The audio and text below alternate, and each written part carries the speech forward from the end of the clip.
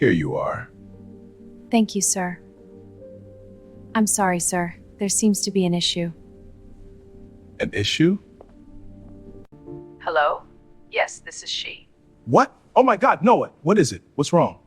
It's about our son. There's been an accident. Is he okay? Let me hear. It's true. The results came back.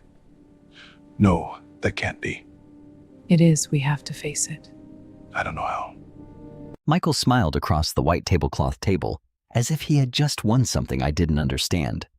He kept checking his phone, then leaned back and said, "See, Jennifer, this is why you let me handle the complicated money stuff." A moment later, his card was declined. He tried it again. Then another card. His smile disappeared when I answered my phone and heard Lillian from the bank say, "Mrs. Lawrence, the $184,000 transfer was stopped. Your account is now under fraud protection." Michael stared at me like he had never seen me before. If you've ever been underestimated by someone you loved, please like, subscribe, and tell me in the comments where you're watching from and what time it is there. Before that night at the restaurant, before Michael's face drained of color at the sound of Lillian Brooks's voice, I had spent years believing that marriage meant weathering seasons together. Good seasons, bad seasons, lean years. Years when nothing seemed certain except the two people standing beside each other. Michael and I had been married for 34 years. When we first met, he was working long hours at a repair shop on the south side of Columbus, coming home with grease under his fingernails and the kind of exhaustion that made him fall asleep sitting upright in his chair. I was working at the public library then, mostly in administration. It wasn't glamorous work, but I loved it. I liked order. I liked knowing where things belonged. I liked making sure the people around me had what they needed before they had to ask. That was how our life began. Michael fixed engines. I fixed everything else. When he decided to open Lawrence Auto and Fleet Repair, I supported him without hesitation. We took out a small business loan. I helped him fill out forms late at night at our kitchen table. I made copies of invoices, organized his receipts, called insurance companies, and kept track of every penny that came in and went out. Back then, Michael appreciated it. At least I thought he did. He used to say things like, "I wouldn't have made it through this without you, Jen." And when the shop finally began doing well, when he hired his first employee and bought the little brick building instead of renting it, he brought home a bouquet of grocery store roses and said, "We did it." For a long time, I believed those words, "We did it." But success has a way of changing people when they start confusing money with worth. The more the shop grew, the less Michael asked for my help. At first, I thought he was simply becoming more confident. He hired an accountant. He started meeting with suppliers. He upgraded his truck. He began talking about numbers in a way that made them sound like they belonged to him alone. Then one evening, while I was sitting at the kitchen table reviewing our household budget, he laughed. Not a cruel laugh at first, more like a tired one. "You still making those little charts?" he asked. I remember looking up at him. They help us stay on track. Michael leaned against the counter, loosened his tie, and shook his head. "Jennifer, you worry too much. We're not broke anymore." I smiled because I didn't want an argument. That's exactly why we should be careful. But something changed in his expression. It was subtle. Quick. Like he had suddenly decided that being careful was beneath him. After that, he began making comments more often. When I compared insurance plans, he said, "You and your coupons." When I questioned a large expense from the business account, he said, "You wouldn't understand how real money works." When I suggested we increase our savings because the economy felt uncertain, he said, "Leave the big decisions to me." The first few times I laughed it off. I told myself he was stressed. I told myself men sometimes needed to feel important. I told myself that after decades of marriage, I should know the difference between a bad mood and a bad man. But the truth was, I had started making excuses for Michael long before I realized I was doing it. I had spent years softening his sharp edges in my own mind. If he was distant, I said he was tired. If he snapped at me, I said the business was under pressure. If he forgot something important, I said he had a lot on his plate. And if he treated me like I was less intelligent than him, I told myself it was only because he didn't know how to express fear. But eventually, the excuses became heavier than the truth. The money in our savings account had never been just Michael's money. That was what hurt me the most.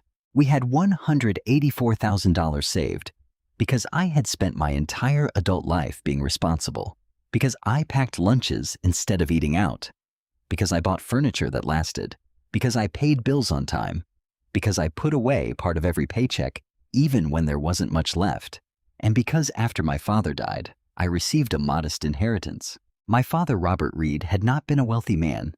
He had been a city bus driver for nearly 40 years.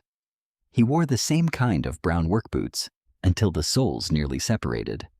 He fixed things instead of replacing them. He believed that debt was something to be feared, not used like a game. When he passed, he left me more than money. He left me a warning. Always know where your money is, he used to say, and never let somebody else make you feel foolish for asking. I didn't understand how much those words would matter until much later. A portion of my father's inheritance had gone into our savings account. I had agreed to put it there because Michael promised it would stay protected. At the time, I trusted him completely. I had even asked the bank to place an additional security requirement on large transfers. Any amount over a certain limit would need confirmation from both of us. Michael had rolled his eyes when I did it. "You think I'm going to run off with your money?" he had asked. I remember feeling embarrassed. "No," I said quickly. "I just think it's smart." He shrugged. "Fine. Whatever makes you sleep better." That was Michael's way of making me feel small without ever raising his voice. He had a talent for it. By the time I noticed the changes in him, they had already become part of our daily life. He started taking his phone everywhere, even to the bathroom. He started turning the screen face down on the counter. He began locking the door to his office at home, something he had never done before. When I asked him what he was working on, he would smile too quickly and say, "Business stuff." Sometimes late at night, I would wake up and find his side of the bed empty. I would walk down the hallway and see a thin line of light under his office door. I would hear his voice low and careful. The first time I asked about it, he told me he was talking to a supplier in another time zone. The second time, he said he was dealing with a payroll issue. By the third time, I stopped asking. That is one of the things I regret most. Not because asking would have changed who Michael was, but because I had begun teaching myself to stay quiet. Still, nothing prepared me for the way he behaved the week before our dinner. Michael suddenly became warm again. Too warm. He brought home flowers. He asked how my day was. He offered to pick up dinner. One night, he sat beside me on the couch and rubbed my shoulder while we watched television, as though we had never spent months barely speaking about anything that mattered. Then he said, "You know what we need?" What I asked. A real date night. Just you and me. I looked at him carefully.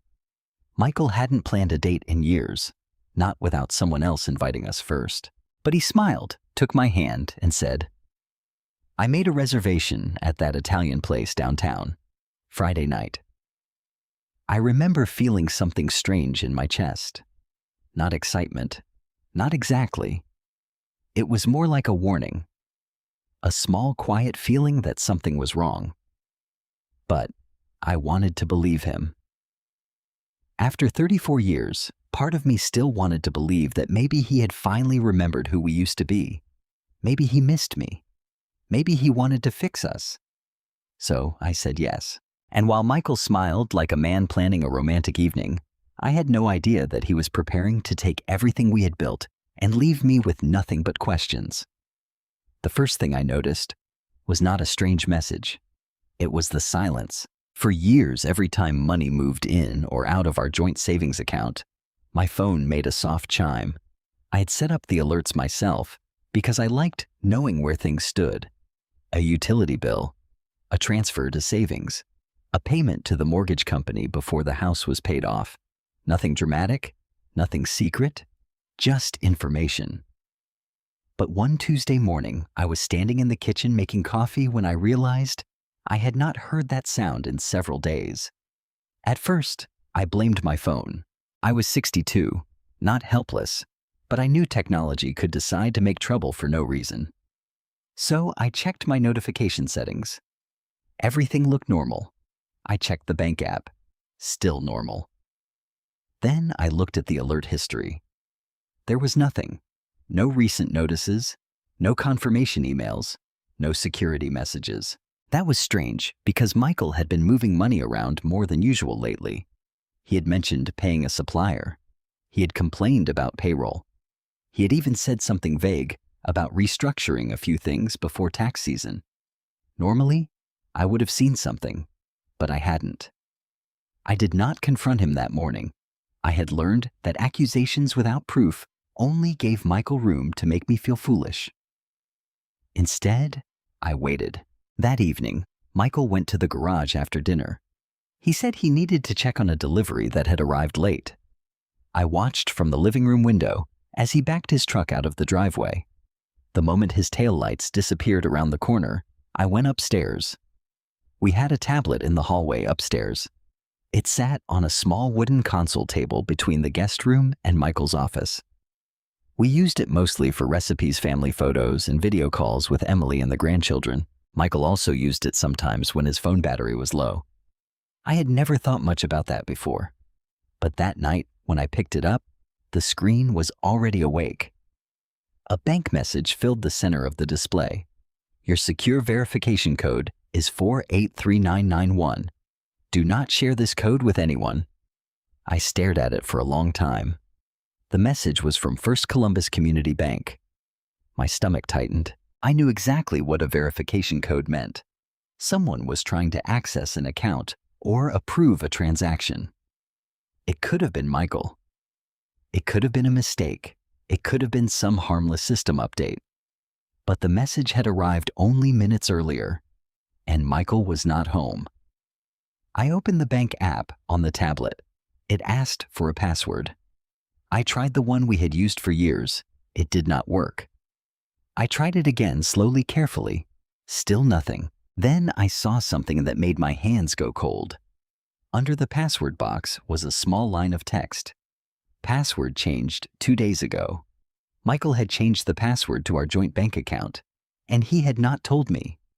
For a few seconds, I just sat there in the quiet hallway, listening to the ticking of the old clock downstairs. I wanted to believe there was an explanation. Maybe he had been forced to reset it. Maybe he forgot to mention it. Maybe he thought I would not need it. But I could feel another thought rising inside me, one I had spent too long pushing away. What if he did not want me to see something? I looked through the tablet's email notifications next. There were dozens of ordinary messages, store coupons, newsletters, a reminder from Emily about my grandson's school recital. Then I found one from a digital signature service. The subject line read, "Action required. Jennifer Lawrence, your authorization is needed." My name was right there. I opened it. The email said that an electronic authorization document had been completed on my behalf. It contained a reference number, a date, and a legal disclaimer in small gray letters. But there was no attached document, only a line that said, "This authorization has been finalized." Finalized. Not waiting for me. Not asking me. Finalized. I clicked the activity details. My heart began pounding so hard I could hear it in my ears. The system showed that the document had been opened and signed the previous night at 11:43 p.m. I had been asleep at 11:43 p.m. I knew because I had woken briefly when Michael came to bed. I remembered seeing the red numbers of the bedside clock.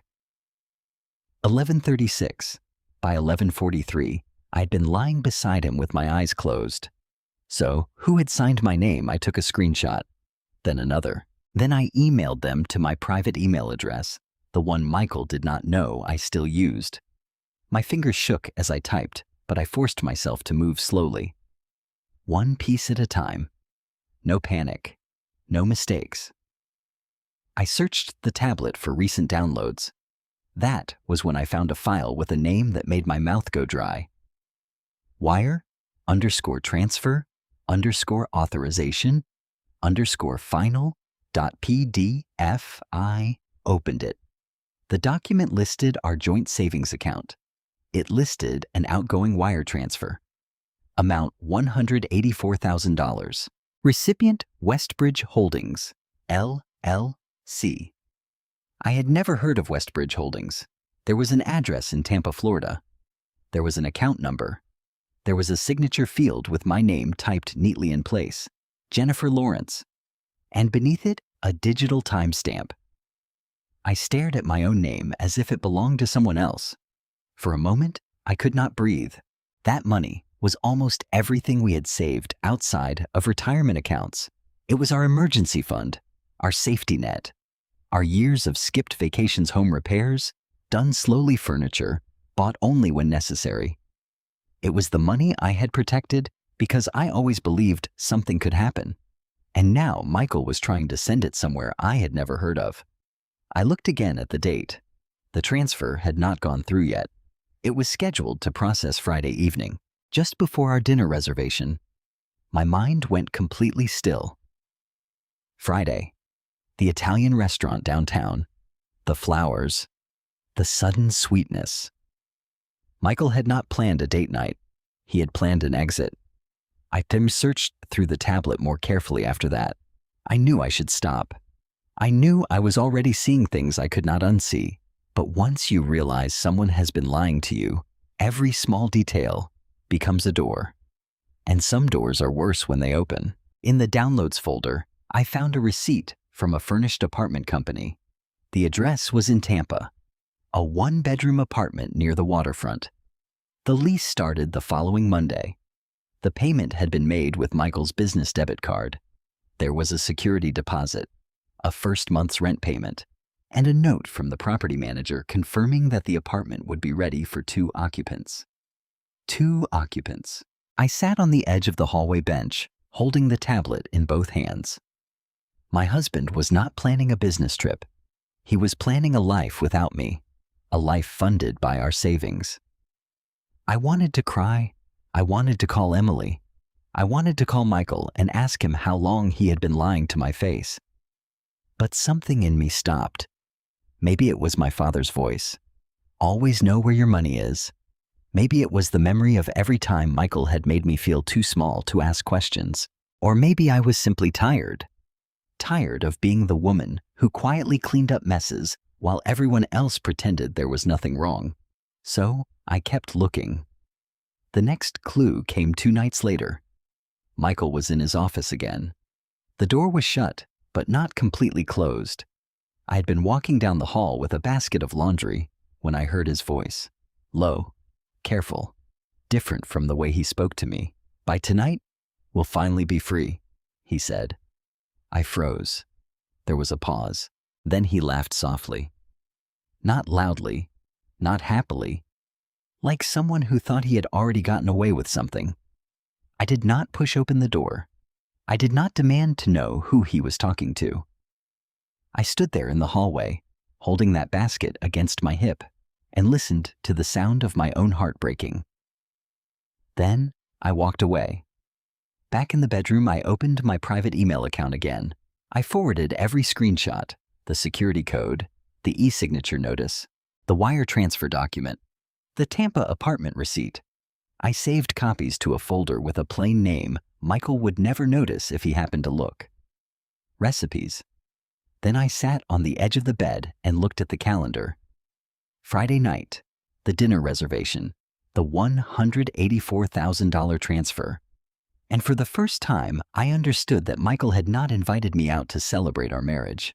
He had invited me out because he believed I would be smiling across from him while he took everything.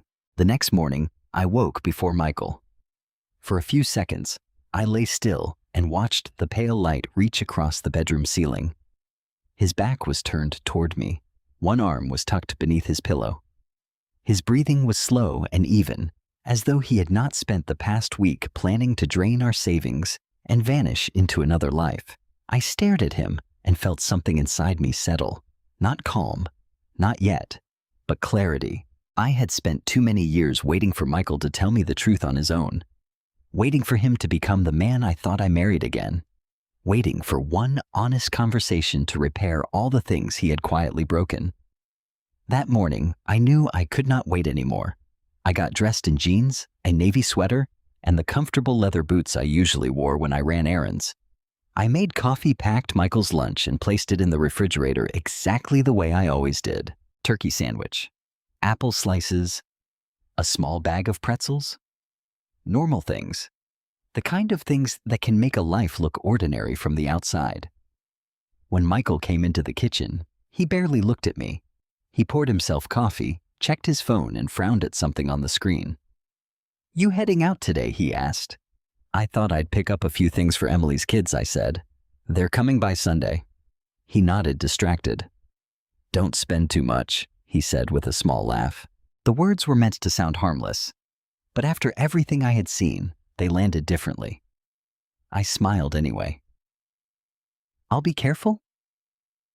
He never noticed the car keys shaking in my hand. First Columbus Community Bank was only 15 minutes from our house. I had been going there for almost 20 years, back when the branch still had a little candy dish on every teller counter, and everyone knew which families belonged to which accounts. That morning, the building looked colder than I remembered. The glass doors reflected a gray Ohio sky. Cars moved through the drive-through lanes. A woman in a bright red coat stood at the ATM holding an umbrella against the wind. Everything looked normal, but I felt as though I were walking into a room where my whole life was about to be taken apart and examined. At the front desk, I asked to speak with someone about a security issue on my account. The young receptionist gave me a polite smile. "Do you have an appointment?" "No," I said, "but I think I need to speak with someone today." Perhaps something in my face told her not to ask more questions. She made a call, then asked me to take a seat. A few minutes later, a woman in her late 50s stepped into the lobby. She was neatly dressed in a charcoal blazer with silver-streaked hair pulled into a low bun. Her expression was professional, but not cold. "Mrs. Lawrence?" she asked. "Yes, I'm Lillian Brooks. I'm one of the senior fraud specialists here. Why don't we talk in private?" Her office was small but warm.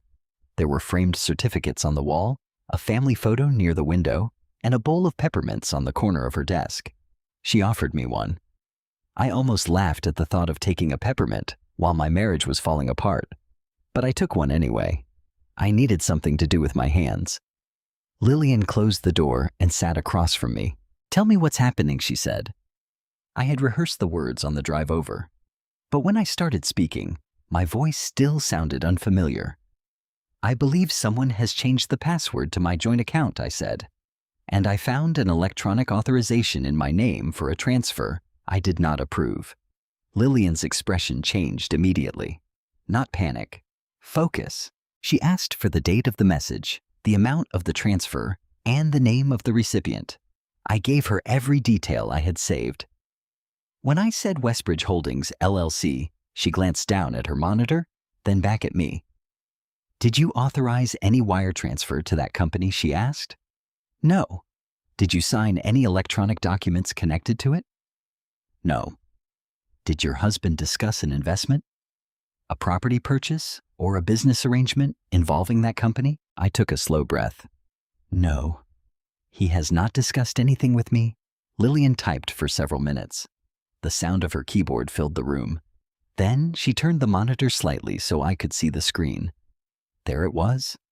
Our joint savings account, the scheduled wire transfer, $184,000. My name appeared beneath a digital authorization line. For a moment, I could only stare. I had seen the document on the tablet, but seeing it inside the bank system made it feel more real, more official, more dangerous. Lillian pointed to a section near the bottom. "Your account has a dual confirmation setting for large outgoing wires," she said. "It means both account holders must approve a transaction over the threshold you selected." "I remember setting that up," I said quietly. "Do you remember why my father left me some money when he died? I wanted to make sure it was protected." Lillian nodded. "That protection may be very important right now." She clicked through several screens. Her face tightened slightly. The authorization was submitted using your personal information, she said, but it was not completed through your usual device history. What does that mean? It means the system detected an unfamiliar device profile. That doesn't prove who used it, but it does mean the activity does not match your normal banking pattern. My throat tightened. Can you stop it? Lillian looked directly at me. Yes, but we need to move carefully. She explained that because the wire was scheduled rather than already completed, the bank could place an immediate fraud hold on the transaction. The account could also be restricted while they reviewed the authorization and verified the identity of the person who submitted it. But then she said something I had not expected.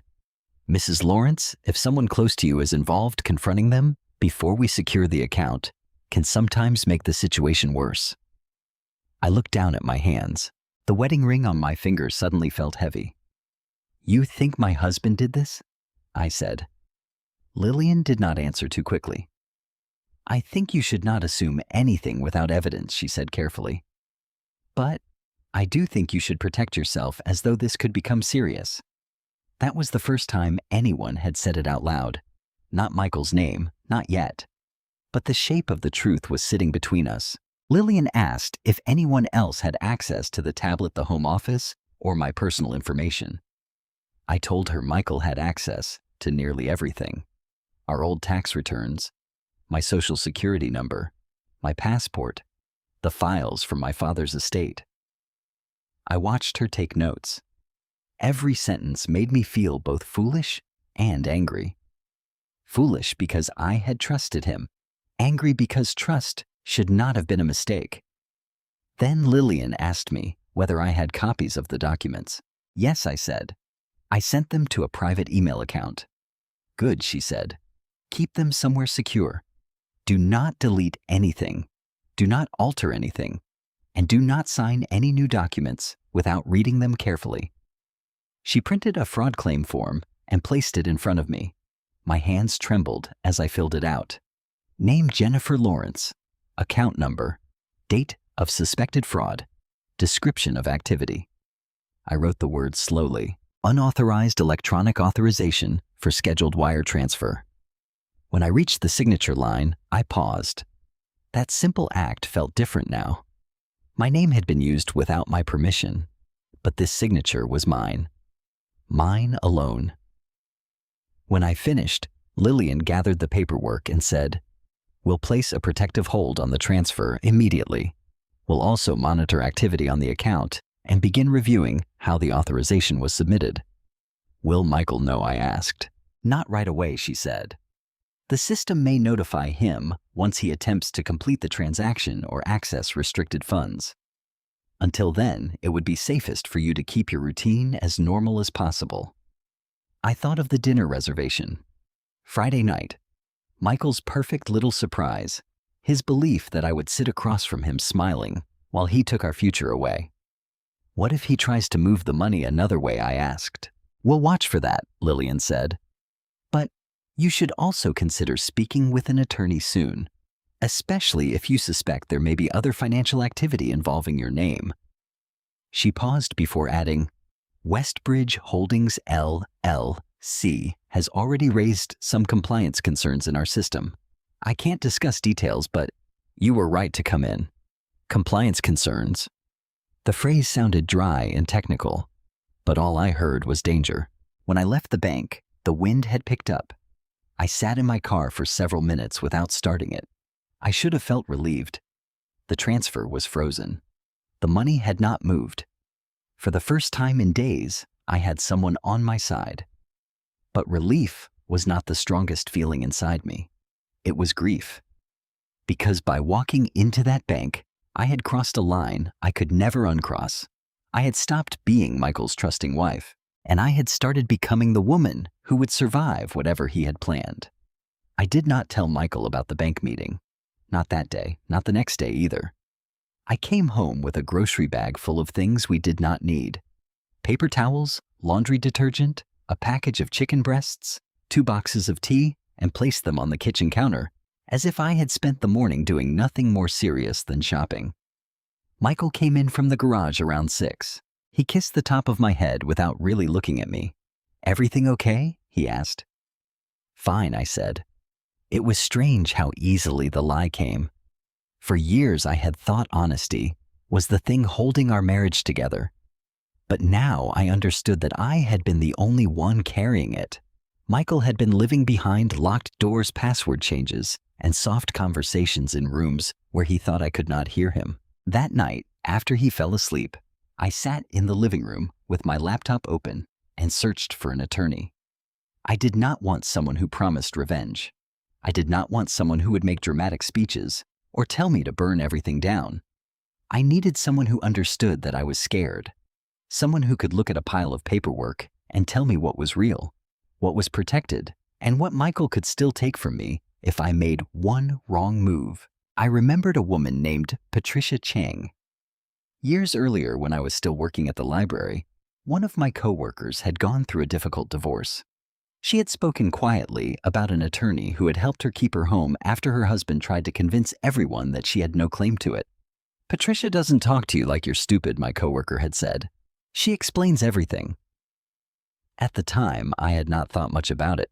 Now I found Patricia's office online and called the next morning. Her receptionist offered me an appointment that afternoon. I almost said no. I almost convinced myself that I should wait until I knew more. But I thought of Michael's words at the restaurant reservation, the way he had said we needed a real date night, the way he had been looking at his phone, already certain I would never discover what he had done. So I said yes. Patricia's office was on the 3rd floor of an old brick building near downtown Columbus. The lobby was quiet, with warm lamps, dark wood furniture, and framed black and white photographs of the city from decades ago. I arrived 15 minutes early. I carried a large folder against my chest the whole time I waited. Inside were copies of my father's estate papers, the wire transfer screenshots, the apartment receipt from Tampa, our last few joint bank statements, and every document I had found on the tablet. I'd also printed a few things from the home office. Not everything, just enough. Patricia Chang was younger than I expected, perhaps in her late 40s, with shoulder-length dark hair and a calm, direct way of speaking. She wore a navy blazer and simple gold earrings. When she shook my hand, she looked me in the eyes. "Jennifer," she said, "I understand this is difficult. Take your time." That sentence nearly broke me, because for days I had been forcing myself not to take time.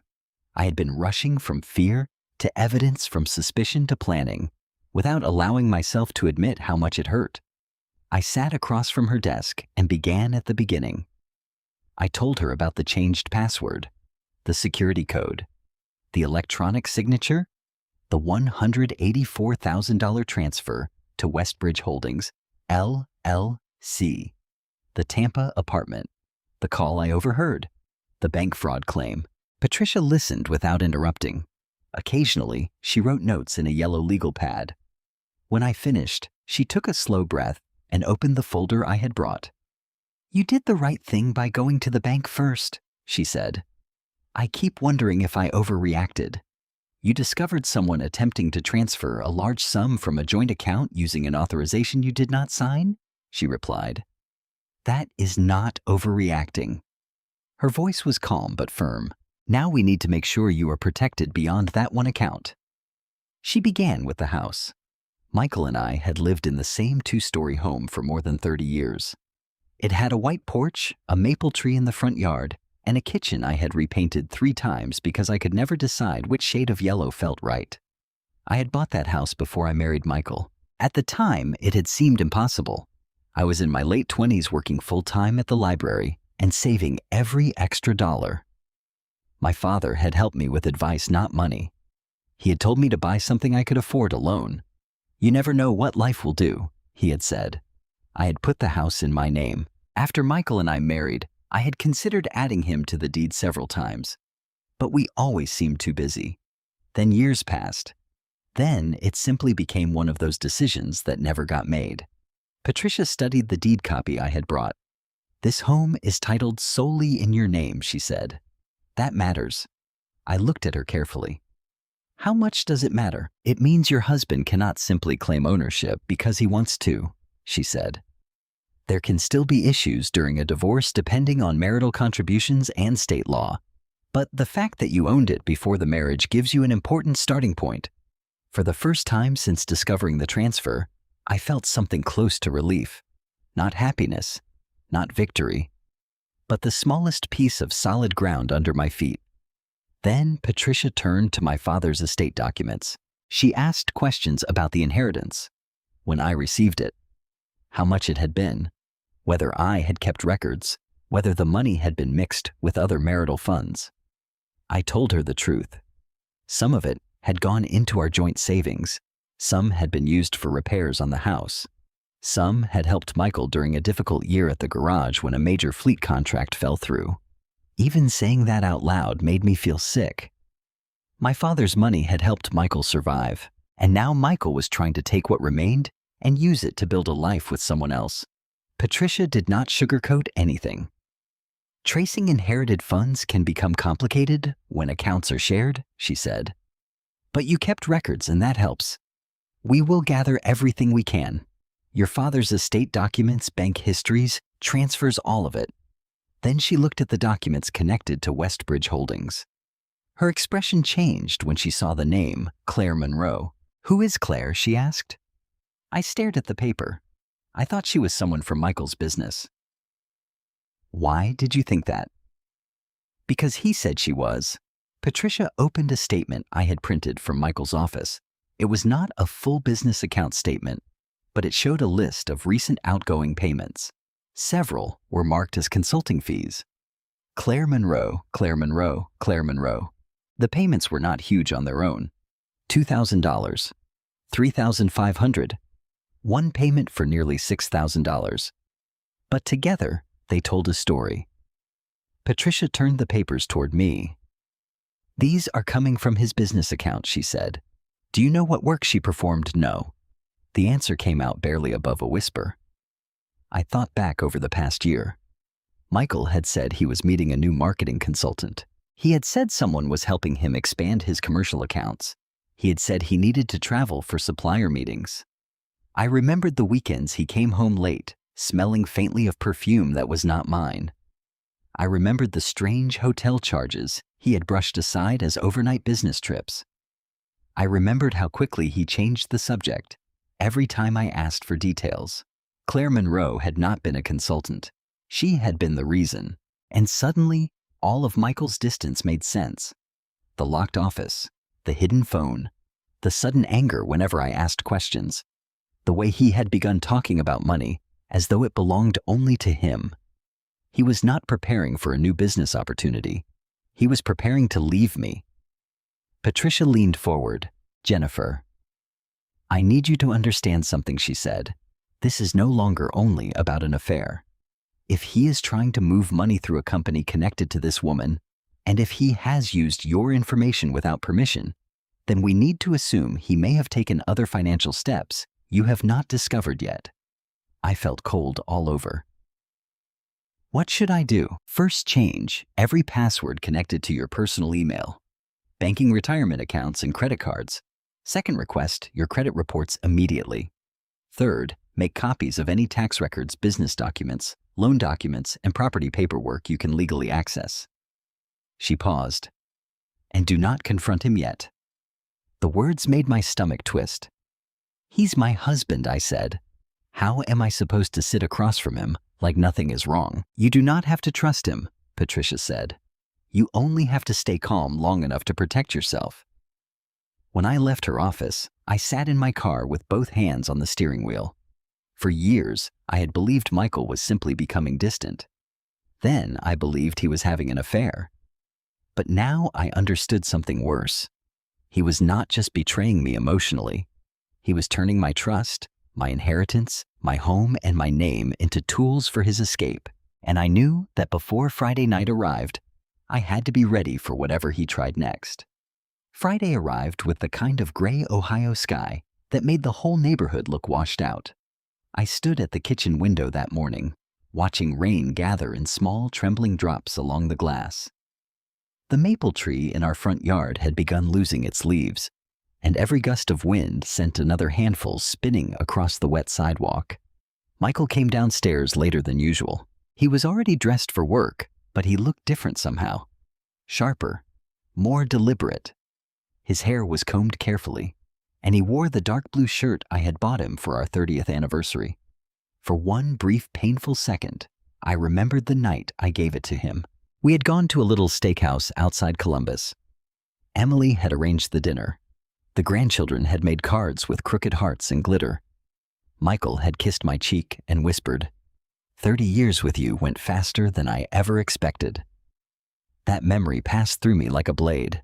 Now he stood in the kitchen checking his phone while I poured coffee into his mug. You look nice, I said. He glanced up, almost surprised. Big night? He replied. Yes, I said. It is. He smiled, but it did not reach his eyes. For the rest of the day, I moved through the house carefully trying to make every action look normal.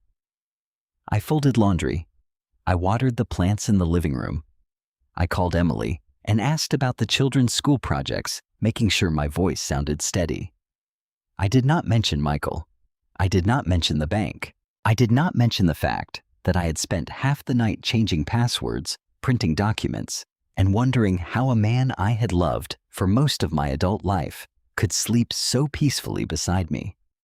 Before noon, I drove to a copy shop 2 neighborhoods away. Patricia had told me not to keep all the evidence in the house, so I made duplicates of everything I had gathered: the transfer authorization, the Tampa apartment receipt, the business payments to Claire, the fraud claim papers, the account records and copies of the old estate documents from my father. I placed one set in a sealed envelope addressed to Patricia's office. The other set I put inside a plain manila folder and brought to the library. I still had a friend there, a woman named Marcia, who worked in records and knew nothing about what was happening. I did not tell her details. I only asked if she could keep an envelope in her locked cabinet until I returned for it. She looked at me with concern. Is everything okay, Jennifer? I smiled the way women like me learn to smile when everything is not okay. I just need to be careful with some paperwork. Marcia nodded. She did not press. That small kindness almost made me cry. By the time I returned home, Michael's truck was in the driveway. He was standing in the bedroom when I entered, adjusting his tie in front of the mirror. For years, I had watched him get ready for church weddings, family holidays, and business dinners. I knew all the small habits that made him who he was. The way he tightened his cufflinks twice, even when they were already straight. The way he looked at himself from different angles before leaving the house. The way he sprayed cologne into the air and walked through it instead of spraying it directly on his skin. That evening, every familiar movement felt like evidence. He looked at me in the mirror. You're not ready yet. I have time. You should wear that green dress, he said. The one you wore to Emily's graduation party. I stood in the doorway looking at him. He had not noticed that dress in years. Why that one, I asked. He shrugged. You look good in it. The words should have made me happy. Instead, they made me cold. Because I knew this was not romance. It was performance. Michael wanted a polished, smiling wife sitting across from him at dinner. He wanted me relaxed, unaware. Maybe he wanted the moment to feel like a celebration before he disappeared into a future he had planned behind my back. I went into the closet and took out the green dress. Not because he told me to, because I wanted him to believe he still understood me. As I dressed, my phone buzzed on the bathroom counter. It was a message from Lillian. Account monitoring active. We will notify you if the scheduled transfer is initiated. Do not access the bank app unless necessary. I read it twice. Then I deleted the message from my screen, but not from my mind. The bank was watching. Patricia had the evidence. My home was still legally mine. For the first time since I found the wire transfer, I felt prepared. Not safe. Not yet. But prepared. When I came downstairs, Michael was waiting in the living room with a bouquet of white roses. For a moment, I just looked at them. White roses had been my favorite when we were young. Michael used to bring them home after difficult weeks at the garage. He would place them in a mason jar because we could never afford a proper vase. Now he held them out to me with a smile that seemed almost practiced. For you. I accepted them. Thank you. He kissed my cheek. His lips were cool. You deserve a nice night, he said. I almost laughed, not because it was funny, because he had no idea what kind of night this was going to become. On the drive downtown, Michael was unusually talkative. He told me about a customer who had complained about a repair bill. He joked about one of his mechanics constantly losing tools. He talked about the weather, about football, about a restaurant he wanted to try someday. Then, when we stopped at a red light near High Street, his tone changed. You know, he said, keeping his eyes on the road, there may be some changes coming with the business. What kind of changes? Nothing bad, he said quickly. Just opportunities, bigger things. I might need to spend some time in Florida. I turned toward him slowly. Florida. Maybe Tampa. There's a chance to expand some connections down there. He said it casually, as though the word Tampa had not already burned itself into my mind from the apartment receipt. That sounds sudden, I said. Michael shrugged. Business moves fast. And you would go alone. He glanced at me, then smiled. Why would I go alone? There was something almost cruel in the way he said it, not because he was openly lying, but because he knew I did not yet have enough information to challenge him. So I smiled back. I suppose you wouldn't. He reached across the console and squeezed my hand. You worry too much, Jen. You always have. I looked down at his hand over mine. For decades, I had mistaken that phrase for concern. You worry too much. But it had never been concern. It had always been a way to make me doubt myself. By the time we reached the restaurant, the rain had stopped. The streets glistened under the city lights. Michael pulled into the valet line and stepped out of the car. Before we entered, he checked his phone again. Then it rang. He looked at the screen and quickly silenced it. Work, I asked. Yeah, he said. I need to take this. Go ahead and head inside. I'll be right there. I watched him walk a few steps away from the entrance. He turned his back toward me, shoulders slightly hunched over his phone. I stood beneath the awning, holding my purse close to my side. A few minutes passed. Then my phone buzzed.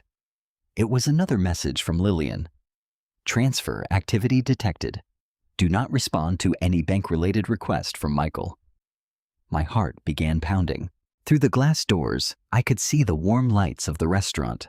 Couples sat at small tables. A server carried a tray of wine glasses past the front window. Everything looked peaceful. Outside, beneath the cold evening air, Michael was still staring at his phone. Then he made one final tap on the screen. He smiled. And at that exact moment, I knew he believed he had just taken $184,000 from me. Michael walked into the restaurant wearing the smile of a man who believed his future had already been secured. He slipped his phone into the inside pocket of his jacket, adjusted one cufflink, and held his arm out to me. Ready? He asked. I looked at him for a second before placing my hand lightly on his arm. I am. The hostess led us through the softly lit dining room toward a table near the window. The place was elegant, in the way Michael liked: white tablecloths, low music, polished glasses, and servers who spoke quietly enough to make everyone feel important. A candle flickered between us. Michael picked up the wine list and looked almost relaxed. I think we should celebrate tonight, he said. Celebrate what? He gave me that small superior smile again, a new beginning. For a moment, I wondered if he was trying to tell me. Perhaps some part of him wanted the drama of confession. Maybe he imagined himself explaining that he had outgrown me, that his business needed more, that his life was about to change. But he did not say any of that. Instead, he ordered wine. He asked the waiter for the most expensive bottle on the list that was still available by the glass. Then he leaned back in his chair and looked at me as if he had done me a favor by bringing me there. You know, he said you could enjoy life more if you stopped worrying about every little thing. I held his gaze. What little thing am I worrying about now? Michael chuckled. Money. The future. Bills. You always act like disasters around the corner. I folded my hands in my lap. And you don't? No, he said, because I know how to handle it. There it was again. That same message, dressed in different words. You don't understand. You don't belong in this conversation. Let me decide what happens to you. I could feel my pulse in my throat, but I kept my face calm. I'm glad you feel confident, I said. Michael seemed pleased with that answer. He lifted his glass after the waiter poured the wine. To the future, he said. I picked up mine. To the truth, I said. His smile hesitated for only half a second. Then he laughed as if I had made a joke. Dinner arrived, but I barely tasted it. Michael talked more than usual. He complained about one of his mechanics. He mentioned a supplier who had raised prices. He told me about opportunities that would make the next year different. He kept circling around the same idea without saying it plainly. A better future, a new start, a life that was about to become easier. And every few minutes, his hand drifted toward the pocket where he had placed his phone. He was waiting for something, waiting for confirmation, waiting for the money to disappear from our account and appear somewhere else. I watched him without letting him know. By the time dessert menus arrived, Michael looked almost cheerful. Emily should be here soon, he said. I told her to come by for dessert. I thought it would be nice. A family night. That surprised me. Emily had not mentioned it when we spoke earlier that day. But then again, I had only asked about the children and their school projects. I had not wanted to involve her in anything before I understood the full picture. Michael's invitation suddenly made sense in a way that made me uneasy. He wanted Emily there. Maybe he wanted witnesses. Maybe he wanted to play the role of devoted husband and father before he left. Or maybe he had already begun building a story in his mind, one where I would become the unreasonable woman who destroyed everything for no reason. The bill arrived before dessert. Michael barely looked at it. He pulled out his debit card and handed it to the server, with the kind of casual confidence that comes from believing the world will continue doing exactly what you expect. The server returned less than a minute later. I'm sorry, sir, she said gently. It appears this card was declined. Michael looked at her as if she had made a mistake. Run it again. She nodded and took the card back. I watched his face. He was trying to stay calm, trying to look annoyed rather than worried. The server returned again. I'm sorry, she repeated. It's still not going through. Michael's jaw tightened. That's impossible. He took the card from her and stared at it as if the plastic itself had betrayed him. Then he reached for his wallet and pulled out another card. This one, he said. The server ran it. The second card failed too. This time, a faint flush crept up Michael's neck. A couple at the table beside us looked over briefly, then quickly looked away. Michael leaned toward the server and lowered his voice. There must be some kind of error. I'm going to call the bank. Of course, she said. Take your time. He opened his banking app. I could see the screen reflected faintly in his glasses. His fingers moved quickly, then stopped. His expression changed. Not completely, not all at once. But I saw it. The confidence went first, then the irritation, then the color. He stared at the screen for several long seconds. What is this? He muttered. My phone rang. The sound seemed louder than it should have in that quiet dining room. Michael looked up sharply. I glanced at the screen. Lillian Brooks. I answered. Hello, Lillian? Mrs. Lawrence? She said, her voice calm and professional. I'm calling to confirm that the attempted wire transfer has been blocked. The fraud restriction is now active, and the joint account has been placed under temporary review. I closed my eyes for one brief second. The money had not moved. Michael's plan had not worked. Thank you, I said quietly. Across the table, Michael leaned forward. Who is that? I did not answer him. Lillian continued. You should not make any changes from your end until the review team contacts you. We also recommend that you keep all documentation secure and avoid discussing the investigation with anyone who may be connected to the transaction. Michael's face hardened. Put that on speaker, he said. I looked at him. No. His eyes widened slightly. What did you say? I said no? The restaurant suddenly felt very still. Michael's voice dropped. Jennifer put the call on speaker. I kept the phone against my ear. Lillian, I said, I understand. Thank you for calling. Of course, she replied. We'll be in touch tomorrow. When the call ended, Michael sat back in his chair. For a few seconds, he said nothing. Then he laughed once. A sharp, humorless sound. What did you do? I held his gaze. I protected myself. His mouth opened, then closed. You froze our accounts. I reported a transaction I did not approve.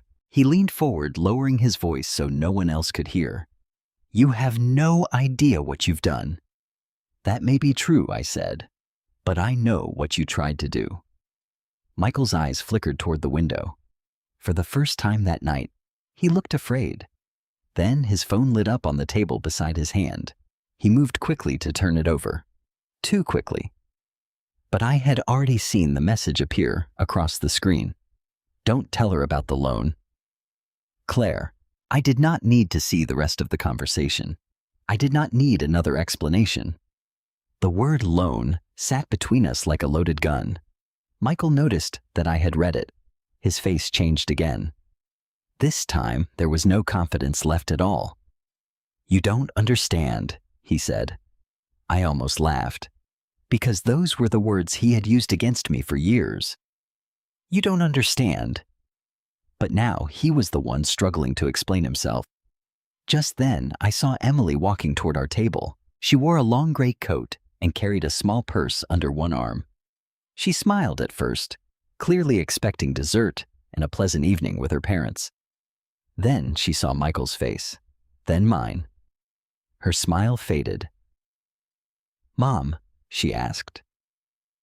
Dad. What's going on? Michael stood abruptly. Nothing he said too fast. Your mother is overreacting. I looked at Emily. For the first time, I did not soften the truth to protect him. Your father tried to move our savings without my permission, I said. And now I need to find out what else he has done. Michael stared at me with a kind of anger I had never seen before. But beneath it, I saw something else. Panic. Because the money had not moved. The account was frozen. And whatever he had promised Claire, whatever he had planned for Tampa, whatever loan he had taken out using my name, it was no longer hidden. The ride home was silent at first. Emily had offered to follow us in her car, but I told her to go home to her husband and children. Her face had been pale when she left the restaurant.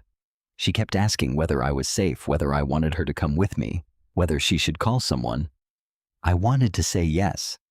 I wanted my daughter beside me, but I had already seen too much that night, and I knew the next conversation with Michael would not be something she should have to witness.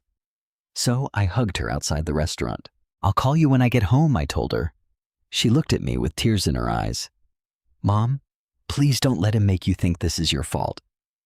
That sentence stayed with me as I got into the car. Michael drove with both hands gripping the steering wheel. The city lights moved across the windshield in long broken reflections. He did not turn on the radio.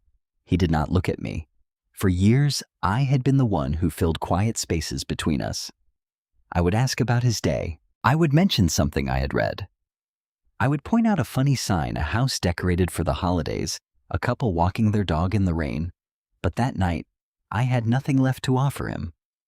By the time we reached our street, the silence felt like another person sitting between us. Michael pulled into the driveway too hard. The tires crunched against the wet gravel. He killed the engine and sat there for a moment staring through the windshield at our house. Then he turned to me. You have any idea what you just did? His voice was low, controlled. But I could hear the anger underneath it. I unbuckled my seatbelt slowly. I reported a fraudulent transfer. You froze our accounts in the middle of dinner. I froze nothing. The bank did that. He gave a bitter laugh. Oh, come on, Jennifer. You went to them. You told them some story. You made me look like a criminal. I looked at him carefully. You used my name on a wire transfer I never approved. You don't know that. I saw the authorization. That doesn't mean I did anything wrong. Then explain it. His jaw tightened. For the first time in our marriage, I did not lower my voice to keep peace. Explain Westbridge Holdings, I said. Explain why $184,000 was scheduled to leave our savings account. Explain why my signature was on a document I never signed. Michael stared at me. Then he looked away. It was an investment.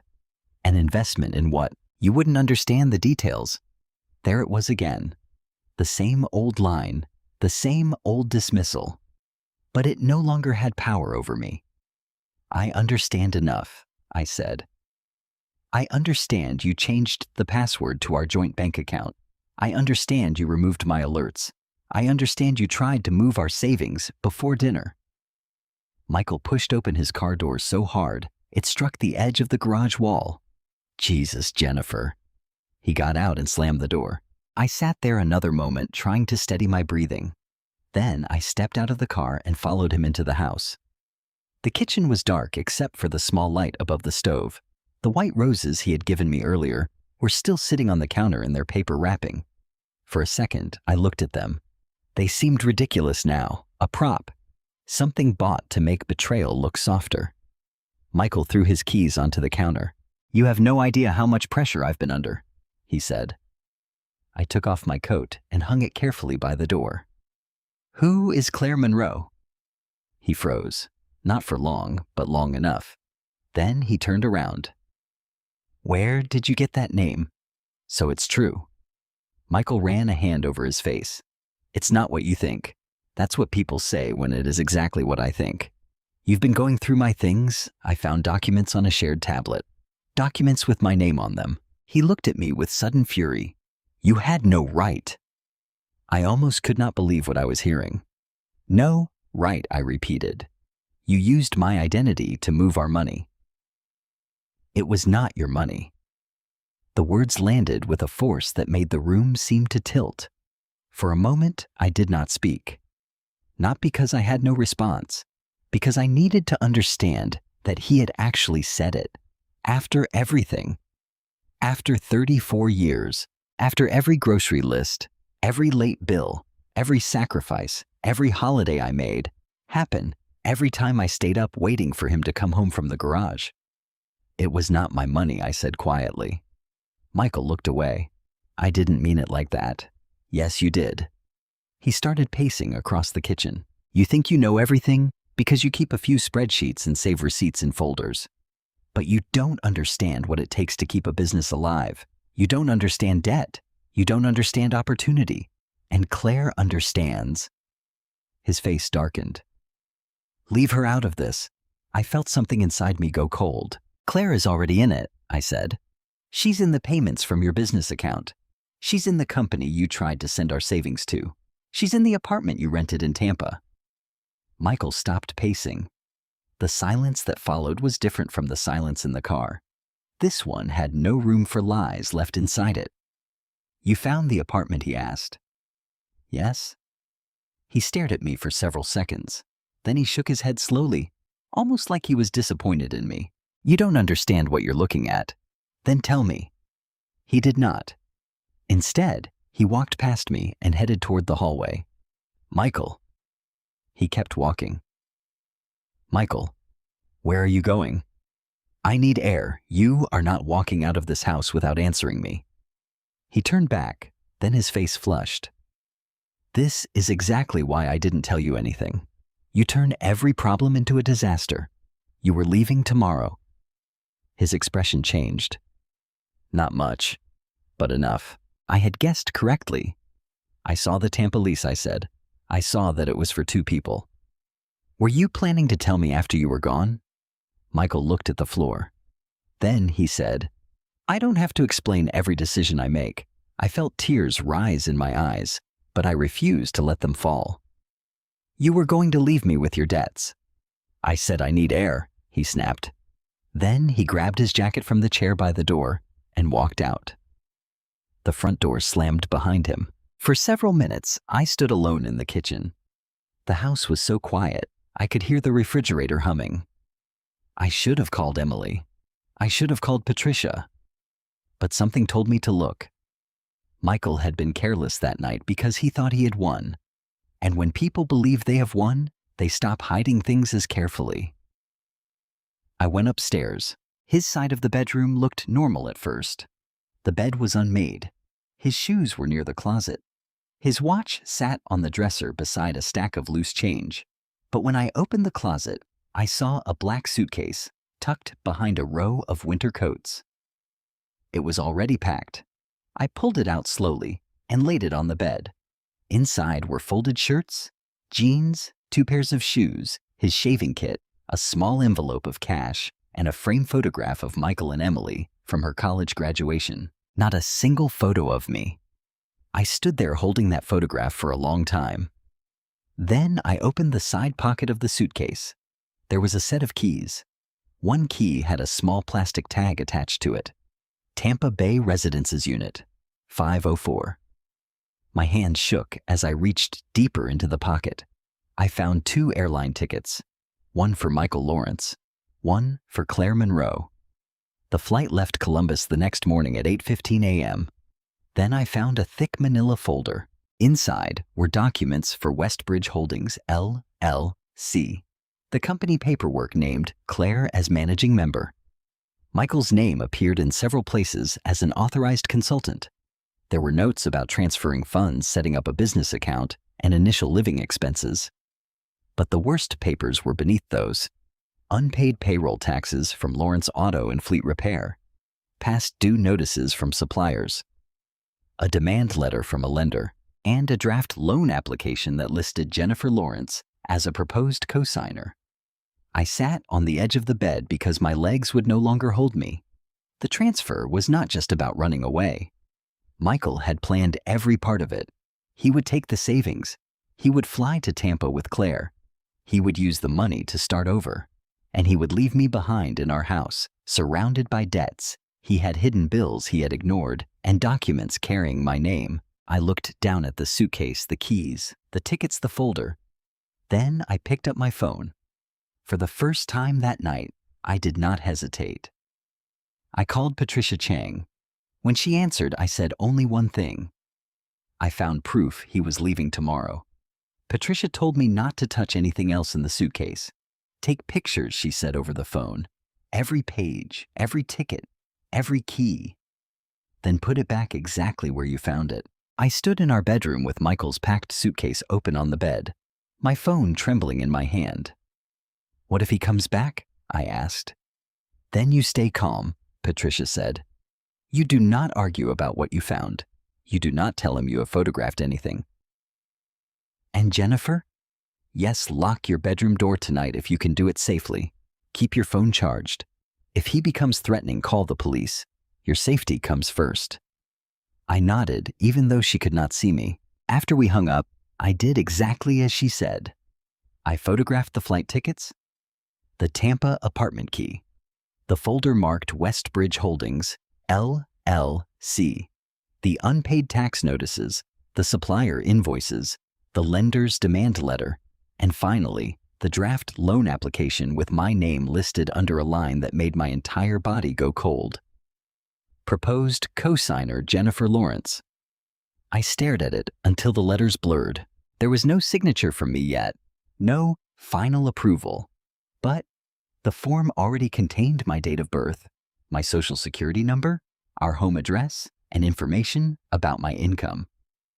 Michael had not simply thought about using my name.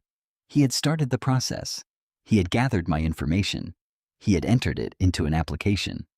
He had been willing to make me responsible for his business debt without even telling me. For years, I had believed that the cruelest thing a husband could do was stop loving his wife. That night, I learned there were worse things.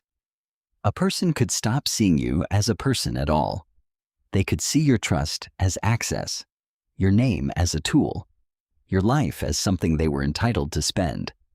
I put the folder back into the suitcase exactly as I had found it. Then I pushed the suitcase behind the winter coats and stood in the closet for a long time listening. The house was quiet. Michael had not returned. I went downstairs, locked the front door, and turned off the lights one room at a time.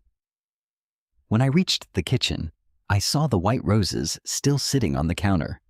The petals had already begun to loosen around the edges.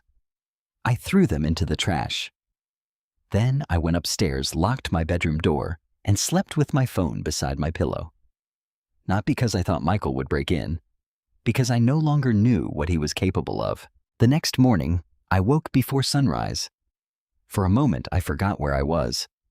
Then I saw the empty space beside me in bed and remembered everything. The restaurant, the frozen account, Claire's message, the Tampa apartment, the flight tickets, the loan application.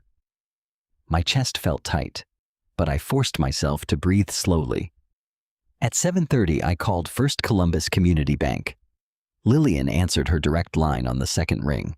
"Mrs. Lawrence," she said, "I was planning to call you this morning. I found additional documents," I told her.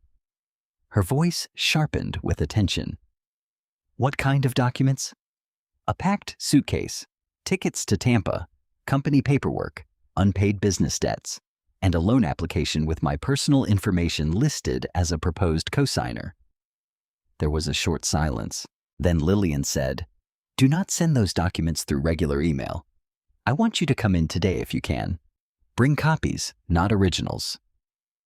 "I can be there in an hour. I'll make room for you."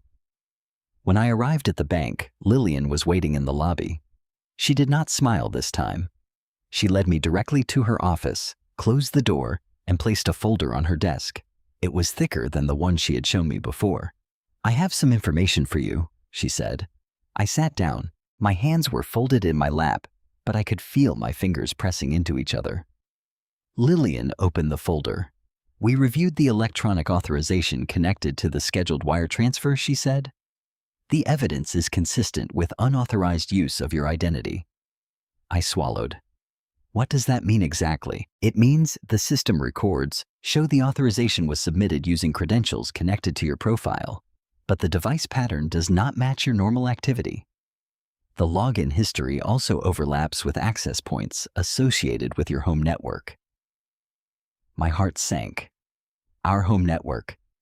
I repeated. "Yes." She turned a page toward me. "There is more. The digital signature on the wire authorization was created using an older signature image from a document you submitted several years ago." I stared at the paper. "An old signature?" Lillian nodded. "Possibly from a previous account agreement, mortgage document, or scanned record. Someone appears to have used that image to make the authorization look legitimate." For a second, I could not speak. I thought of the file cabinet in Michael's office, the old tax folders, the years of paperwork I had trusted him to keep safe. He had not needed to forge my handwriting from memory. He had simply taken a piece of my past and used it against me. Lillian continued carefully. "The transfer is still frozen. It has not left the account. We have also placed additional restrictions on the account and flagged any attempt to create new payment instructions." "What about Westbridge Holdings?" I asked. Her expression became more guarded. "I can't share confidential details about another entity," she said, "but I can tell you that the account receiving the transfer had already been marked for enhanced review." "Why?" "There were inconsistencies in the company's activity," she said. "The stated purpose of the business did not align with some of the funds moving through it. That does not automatically establish wrongdoing, but it created concerns." I thought of Claire, the apartment in Tampa, the airline tickets, the money-labeled consulting fees. "Is Claire Monroe connected to it?" I asked. Lillian looked at me for a moment before answering. "The records connected to the wire identify her as an authorized contact for Westbridge Holdings, even though I already knew hearing it confirmed by someone else made the betrayal feel heavier. Michael had not been hiding a fantasy. He had been building a structure around it. An LLC, a bank account, a lease, a flight, a new life paid for by the future he had promised me. Lillian handed me a form. "This is a statement confirming that you did not authorize the wire transfer. We'll add it to the fraud file." I read every line before signing. I no longer rushed through documents. I no longer assumed a familiar name made something safe. When I finished, Lillian placed the paper in the folder and looked directly at me. Mrs. Lawrence, the funds from your father's inheritance may be traceable. Your attorney can help separate those records from the rest of the marital account history. I spoke to her yesterday, I said. Patricia Chang. Good. Lillian said, keep working with her. The more documentation you have, the better. That sentence gave me a small, unexpected sense of relief. My father's money might not be gone, not because Michael had suddenly found a conscience, because I had acted before he could take it. When I left the bank, I drove straight to Patricia's office. She was waiting for me with 2 cups of coffee on the small table beside her desk. I sat down and handed her copies of everything from the suitcase. She read through the papers slowly. When she reached the loan application, she stopped. This is serious, she said. Can he get the loan without my signature? Not necessarily, she replied. But he may have submitted enough information to start the process, and we need to find out exactly where it stands. Patricia pulled out her laptop. Did you request your credit reports like I told you I did it last night? Let's look at them. I opened the account I had created and handed her the laptop. She reviewed the reports one by one. For several minutes, the only sound in the room was the quiet click of keys. Then she leaned closer to the screen. Jennifer, she said, there's an inquiry here from a commercial lender. My stomach dropped. What lender? Midwest Equipment Finance. I remembered seeing that name in Michael's folder. It was printed at the top of the demand letter. Patricia clicked through the details. The inquiry was made 2 weeks ago, she said. It appears connected to a loan application for Lawrence Auto and Fleet Repair. I stared at the screen. Is my name on it? It looks like it may be, she said. We need to request the full application. But based on this, Michael was likely seeking financing, using your credit profile as support. The room seemed to shrink around me. All those times he had told me business was doing fine. All those times he had said the garage was just dealing with normal seasonal fluctuations. All those times he had made me feel foolish for asking whether we should save more money. He had been drowning in debt, and instead of telling me, he had tried to pull me under with him. Patricia read through the supplier notices again. These unpaid amounts are not small, she said. He may have been using incoming business funds to cover old obligations, then trying to create a larger loan to keep things moving. And the $184,000, part of it could have been intended to cover debt, she said. Part of it may have been meant for Tampa. We cannot know every detail yet, but the documents suggest he was trying to create cash quickly. Cash quickly. That was what I had become to him. Not a wife, not a partner. A source of money he could turn into an escape route. I looked down at my hands. For a moment, I felt ashamed. Not ashamed of what Michael had done. Ashamed that I had not seen it sooner. Patricia seemed to sense what I was thinking. Jennifer, she said gently, you trusted your husband. That is not a weakness. What matters is what you do now. I looked up at her. What do I do now? She closed the folder. Now we protect everything he has not touched yet. And for the first time since Michael's plan began to unravel, I understood that saving the money was only the beginning, because the real fight was no longer about $184,000. It was about my name, my home, my future, and whether Michael would be allowed to leave me carrying the weight of every lie he had built behind my back. Emily did not come to see me right away. After the night at the restaurant, she called twice a day. The first call was short. Are you okay, Mom? I'm okay. The second call was longer. Did Dad come home? Yes. Did I and Danita anything more than enough. But neither of us knew what to say beyond that. Emily was my only child. I had spent 38 years protecting her from the worst parts of life. I had protected her from arguments she was too young to understand. I had protected her from the stress of Michael's business when money was tight. I had protected her from every sharp edge in our marriage that I thought might cut her. And now she was old enough to see all of it. Not as a child standing in the hallway while her parents whispered angrily in the kitchen, but as a grown woman, realizing that her father might not be the man she believed he was. 3 days after my meeting with Patricia, Emily called and asked if she could come over. Of course, I told her. She arrived late that afternoon after picking up her children from school and dropping them off with her husband. She stood on my front porch for several seconds before I opened the door, as if she needed to gather strength before stepping into the house where she had grown up. She looked tired. Not physically tired, emotionally tired. The kind of tiredness that sits behind a person's eyes and makes them look older than they are. "Hi, Mom," she said quietly. "Hi, sweetheart." I pulled her into my arms. For a moment, she held me tightly.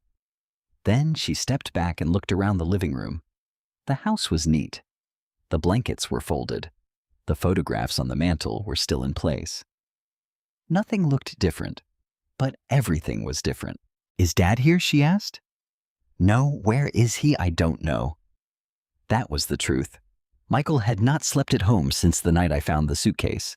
He had sent 2 short messages claiming he needed time to think. He had not apologized. He had not asked if I was okay. He had not explained the transfer, the apartment, the loan, or Claire.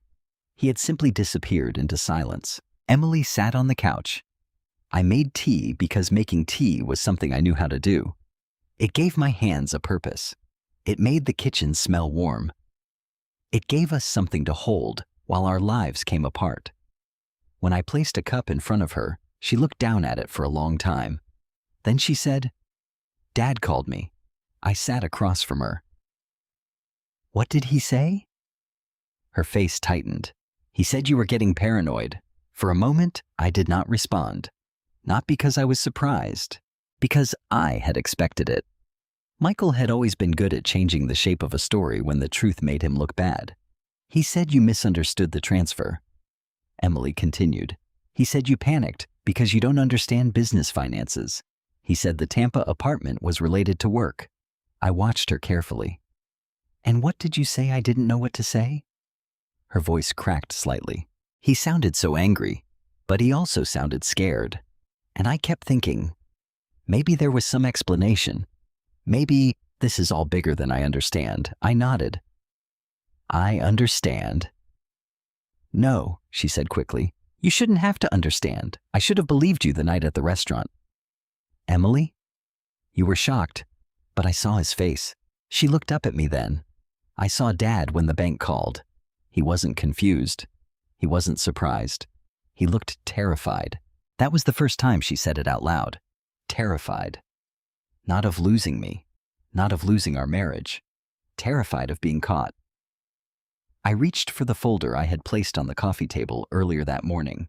Patricia had advised me not to share every legal detail with Emily unless necessary, but I knew my daughter deserved the truth. Not a dramatic version. Not a version meant to punish her father. Just the truth. I placed the folder between us. "This is what I found," I said. Emily stared at it. Then she opened it. She saw the transfer authorization first. Her eyes moved slowly across the page. $184,000, she whispered. "Yes. That was all of your savings. Most of it." She looked at my typed name on the electronic authorization. "Did you sign this? No." She turned the page. The Tampa apartment receipt, then the flight tickets, then the Westbridge Holdings documents, then the business payments to Claire Monroe. By the time she reached the loan application, her hand was shaking. "Dad used your information," she asked. "He started a loan application with me, listed as a co-signer. But you didn't agree, no?"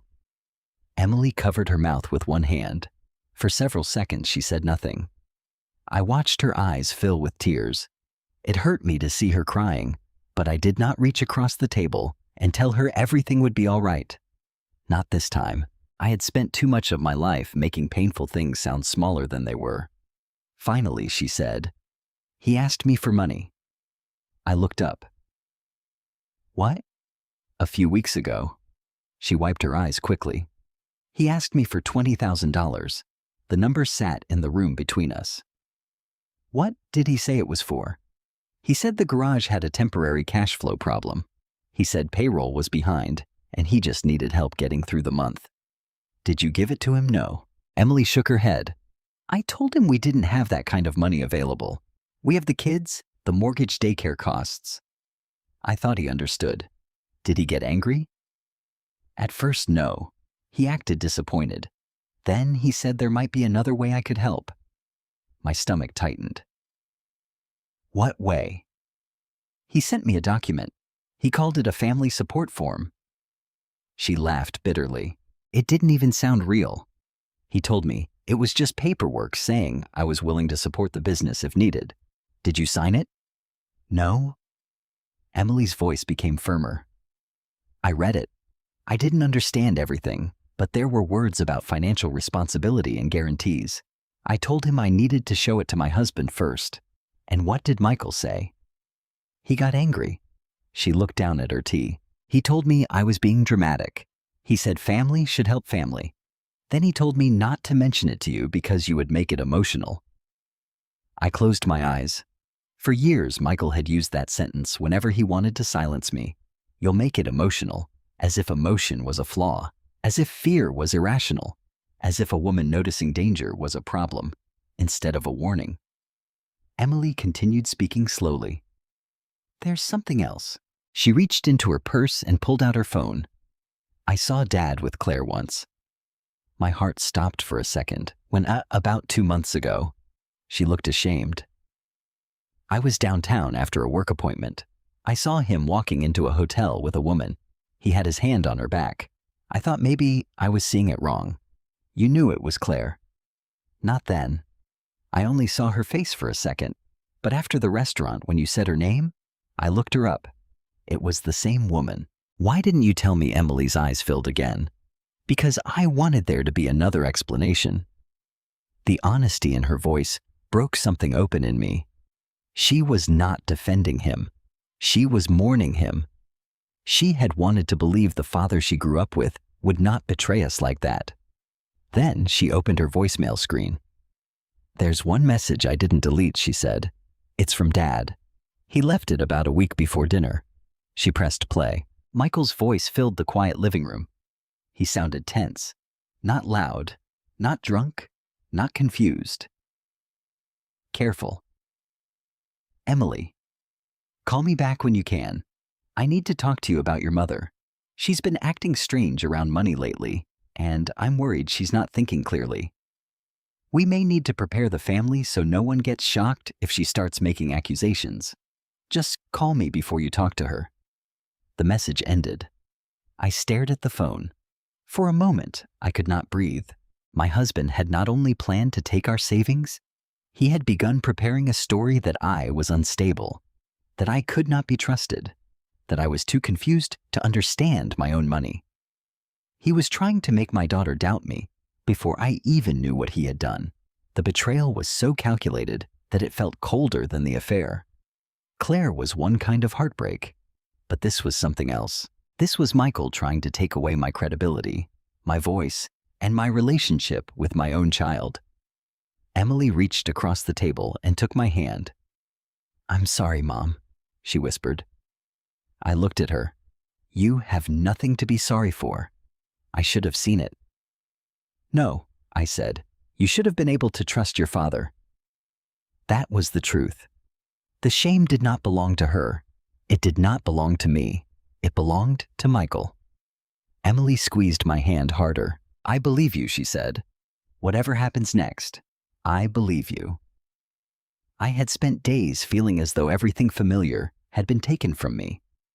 My marriage, my sense of safety, my belief that I knew the man beside me. But sitting there across from my daughter, I realized something important. Michael had tried to isolate me. He had tried to make me look weak. He had tried to make me seem incapable. But his lies were beginning to collapse, and this time I would not stand alone beneath the weight of them. The morning after Emily told me about Michael's voicemail, I stopped waiting for him to come home and explain himself. There was nothing left for him to explain, not in a way that would make a difference. By then, I had learned enough to understand that every lie had been deliberate, the changed passwords, the forged wire authorization, the apartment in Tampa, the flight tickets, Claire Monroe, the loan application. The voicemail meant to make Emily doubt me. None of it had happened by accident. None of it was a misunderstanding. And the more I thought about it, the clearer one truth became. Michael had counted on me staying quiet. So that was the first thing I changed. I met Patricia early that week, bringing a notebook filled with every account password, policy number, and document I could remember. I had spent the night going through drawers, old folders, and the small fireproof box in the back of my closet. There were things I had not looked at in years. The deed to the house, my father's estate papers, old tax returns, statements from retirement accounts, a letter from the bank confirming the extra security requirement I had placed on our savings account after my father died. At the time, I had thought that letter was just another piece of paper. Now it felt like proof that I had been trying to protect myself long before I knew I needed protection. Patricia sat beside me at the conference table in her office, reviewing each item with the calm patience that had already become familiar to me. "We're going to take this one step at a time," she said. I nodded. "What comes first?" "Your home," she said. "Then your personal finances. Then your credit." I had expected the legal language to frighten me, but it did not. Not anymore. There was something comforting about hearing a plan, a real plan. Not Michael's vague promises about the future. Not his speeches about opportunities. Not his insistence that I should let him handle everything. This was different. This was facts. Patricia explained that because the house was in my name before the marriage, Michael could not simply return and act as if it belonged to him. She advised me to document his departure, keep records of his messages, and avoid any emotional conversations that could later be twisted against me. Then she helped me make a list. Change the locks if necessary. Separate access to personal accounts. Remove Michael from emergency contacts where appropriate. Place alerts on my credit reports. Close joint credit cards when possible. Document every call. Save every text. Do not sign anything without legal review.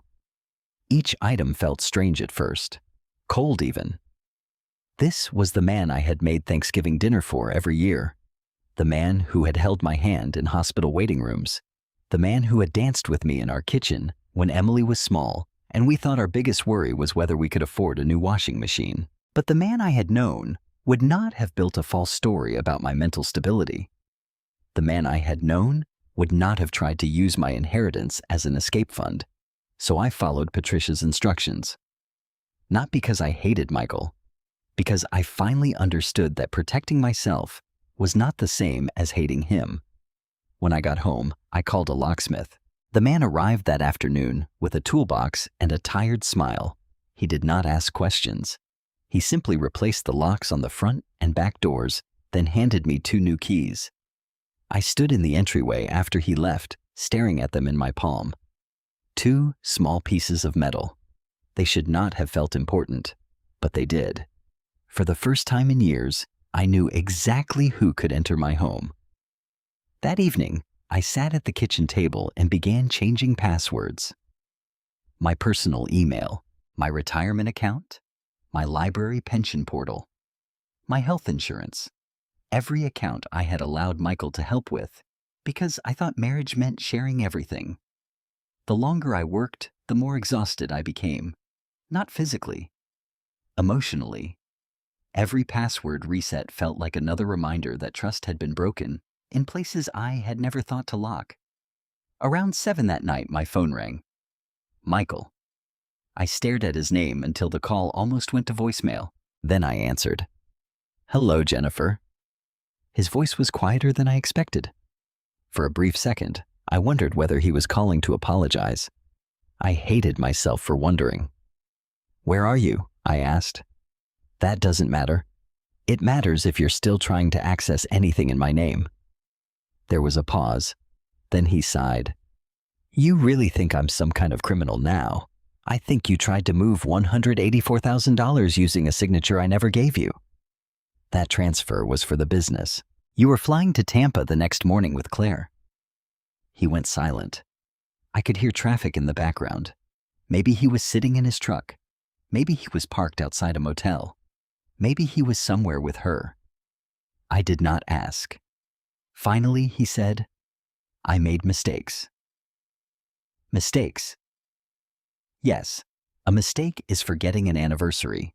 A mistake is ordering the wrong part for a customer's truck. You did not make mistakes, Michael. You made plans. His breathing changed. You don't understand what I was dealing with. I understand more than you think. You froze the accounts. You damaged my business. You embarrassed me in front of people. I closed my eyes. There it was. Not remorse, not concern. Anger that his plan had failed. You damaged your business, I said. You put my name on a loan application. You hid debts. You lied to Emily. You tried to send our savings to a company tied to your mistress. Don't call her that. I let out a small hollow laugh. Then what should I call her, Michael? He did not answer. Instead, his voice hardened. You need to withdraw the fraud complaint. No. Jennifer, listen to me. This has gone too far. No, I said again. It went too far when you decided my signature was something you could use. You're going to ruin everything. You already did. For a moment, neither of us spoke.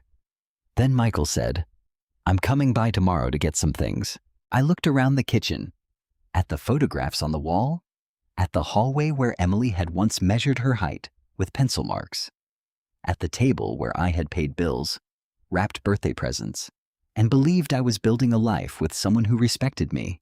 You can come by when Patricia confirms the time, I said. You will not come in without notice. His voice rose. This is my house too.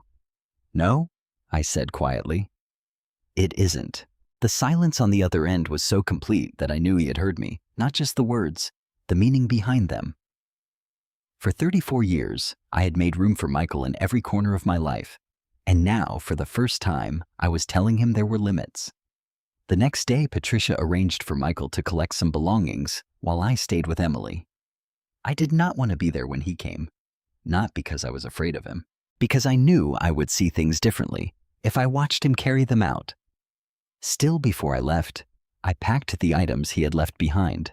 His jackets, his work shirts, his shaving kit, the old brown sweater he wore every winter, even though one elbow had been patched twice, his fishing gear, a box of receipts from the garage, a framed photograph of him and Emily at her college graduation. I held that picture for a long time. In it, Michael looked proud. Emily was wearing her cap and gown, laughing because the wind had blown her hair across her face. I remembered that day so clearly. Michael had cried. He had hugged her and told her he had never been prouder of anyone in his life. Looking at the photograph now, I felt grief rise in my throat, not because I wanted him back, but because I could not understand how a man capable of loving his daughter that deeply could still choose to lie to her so easily. I placed the frame carefully inside the box. Then I wrote his name on the side. Michael Lawrence, nothing else. No note, no message, no goodbye. Later that afternoon, while I was sitting in Emily's kitchen, watching my grandchildren color at the table, Lillian called. Her number flashed across my phone. I stepped outside onto the porch before answering. Mrs. Lawrence, she said I wanted to update you. We found another document connected to the loan application. My stomach tightened. What document? It appears to be a financial disclosure form submitted to Midwest Equipment Finance. Is my name on it? Yes. I closed my eyes. What did he do? Lillian's voice remained calm, but I could hear the seriousness beneath it. The form contains your personal identifying information and an electronic signature that does not match verified records. We are adding it to the fraud investigation. For a second, I could not speak.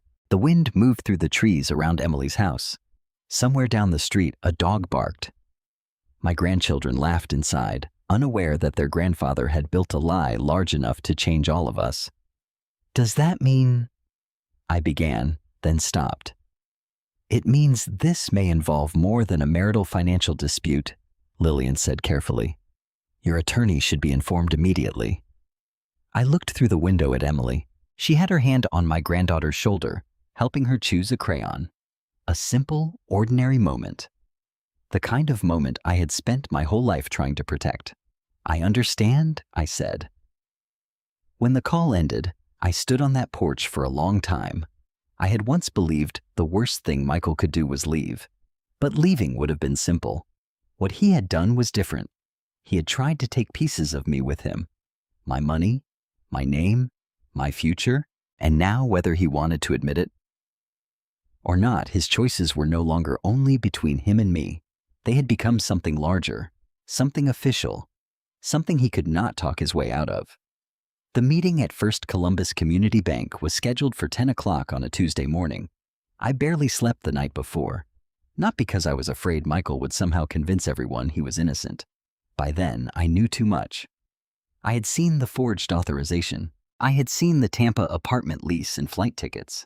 I had seen the loan application carrying my information. I had heard the voicemail he left for Emily, preparing her to doubt me before I even knew what he had done. No, I did not lose sleep because I feared the truth. I lost sleep because I knew that once everything was said out loud, there would be no going back. Patricia met me in the bank lobby 20 minutes before the meeting. She wore a dark gray suit and carried 2 thick folders under one arm. "You don't have to speak more than you want to," she told me quietly. "Let the documents speak when they need to." I nodded. My hands were cold. The meeting room was larger than Lillian's office. A long, polished table stood in the center with a bank logo mounted on the wall behind it. There were chairs along both sides. A pitcher of water sat in the middle beside several empty glasses. Lillian was already there, arranging papers into neat stacks. She looked at me with calm concern. "Good morning, Mrs. Lawrence. Good morning." Then the door opened again. Michael walked in. For a second, I almost did not recognize him. He looked older than he had only 2 weeks before. His face was unshaven. The dark circles beneath his eyes made him look tired, but his posture was still stiff with pride. Beside him was a man I had never seen before. "Mrs. Lawrence," Michael said flatly. I did not answer right away. Patricia stood beside me. "This is Michael's attorney," she said quietly. The man introduced himself as David Hargrove. He was polite but distant. He shook Patricia's hand, nodded at me, and immediately began arranging his own papers on the table. Michael did not sit across from me at first. He stood for a moment staring at the chair beside David, as though sitting down would somehow make this real. Then he pulled it back and lowered himself into it. I sat opposite him. For 34 years, I had sat across from Michael at kitchen tables, restaurant tables, holiday tables, and hospital waiting room tables. I had watched him laugh. I had watched him cry. I had watched him tell stories about our life as though we had built it together. But that morning, I looked at him and saw a stranger. Lillian began. "Thank you for coming," she said. "This meeting concerns the attempted wire transfer from the joint savings account held by Jennifer and Michael Lawrence, as well as the related fraud review currently underway." Michael leaned forward. "Let's be clear," he said. "This was not fraud. It was a planned investment." Patricia did not react. Neither did Lillian. Michael looked toward me. Jennifer misunderstood what was happening. She overreacted. She went to the bank without even discussing it with me, and now she has caused serious damage. The old Jennifer would have lowered her eyes. The old Jennifer would have apologized for creating tension. The old Jennifer might have wondered if she truly had overreacted, but I was no longer that woman. "You used my name without permission," I said. Michael's mouth tightened. "I used information available within our household. You used my signature. It was not a forged signature." Lillian opened a folder. The bank's review found that the electronic authorization did not match Mrs. Lawrence's established authentication pattern, she said. It was submitted from a device profile inconsistent with her typical account activity. Michael turned toward her. "That doesn't prove I did anything. It establishes that the authorization is under investigation," Lillian replied evenly. David Hargrove placed a hand on Michael's arm, a quiet signal to let someone else speak. Then David looked at Lillian. My client's position is that this transfer was connected to a legitimate business investment. Westbridge Holdings, LLC, was expected to provide consulting and expansion support for Lawrence Auto and Fleet Repair. Patricia opened one of her folders. Then perhaps Mr. Lawrence can explain why the receiving company's managing member is Claire Monroe. The room became quiet. Michael looked at Patricia. David looked at Michael. Lillian's face remained unreadable. Patricia placed several pages on the table and slid them forward. Bank records, business payments, transfers marked as consulting fees, Claire Monroe's name appearing again and again. Michael did not touch the papers. Claire worked with the business, he said, doing what Patricia asked. Michael's eyes flashed. Marketing. For how long? He did not answer. Patricia lifted another document. This is a lease agreement for a furnished apartment in Tampa, Florida. The agreement begins the Monday after the attempted transfer. It lists 2 residents. Michael looked down. Business travel, he muttered. Business travel, I said. My voice sounded steadier than I felt. You bought an airline ticket for yourself and Claire Monroe. You packed a suitcase. You hid the apartment key in that suitcase.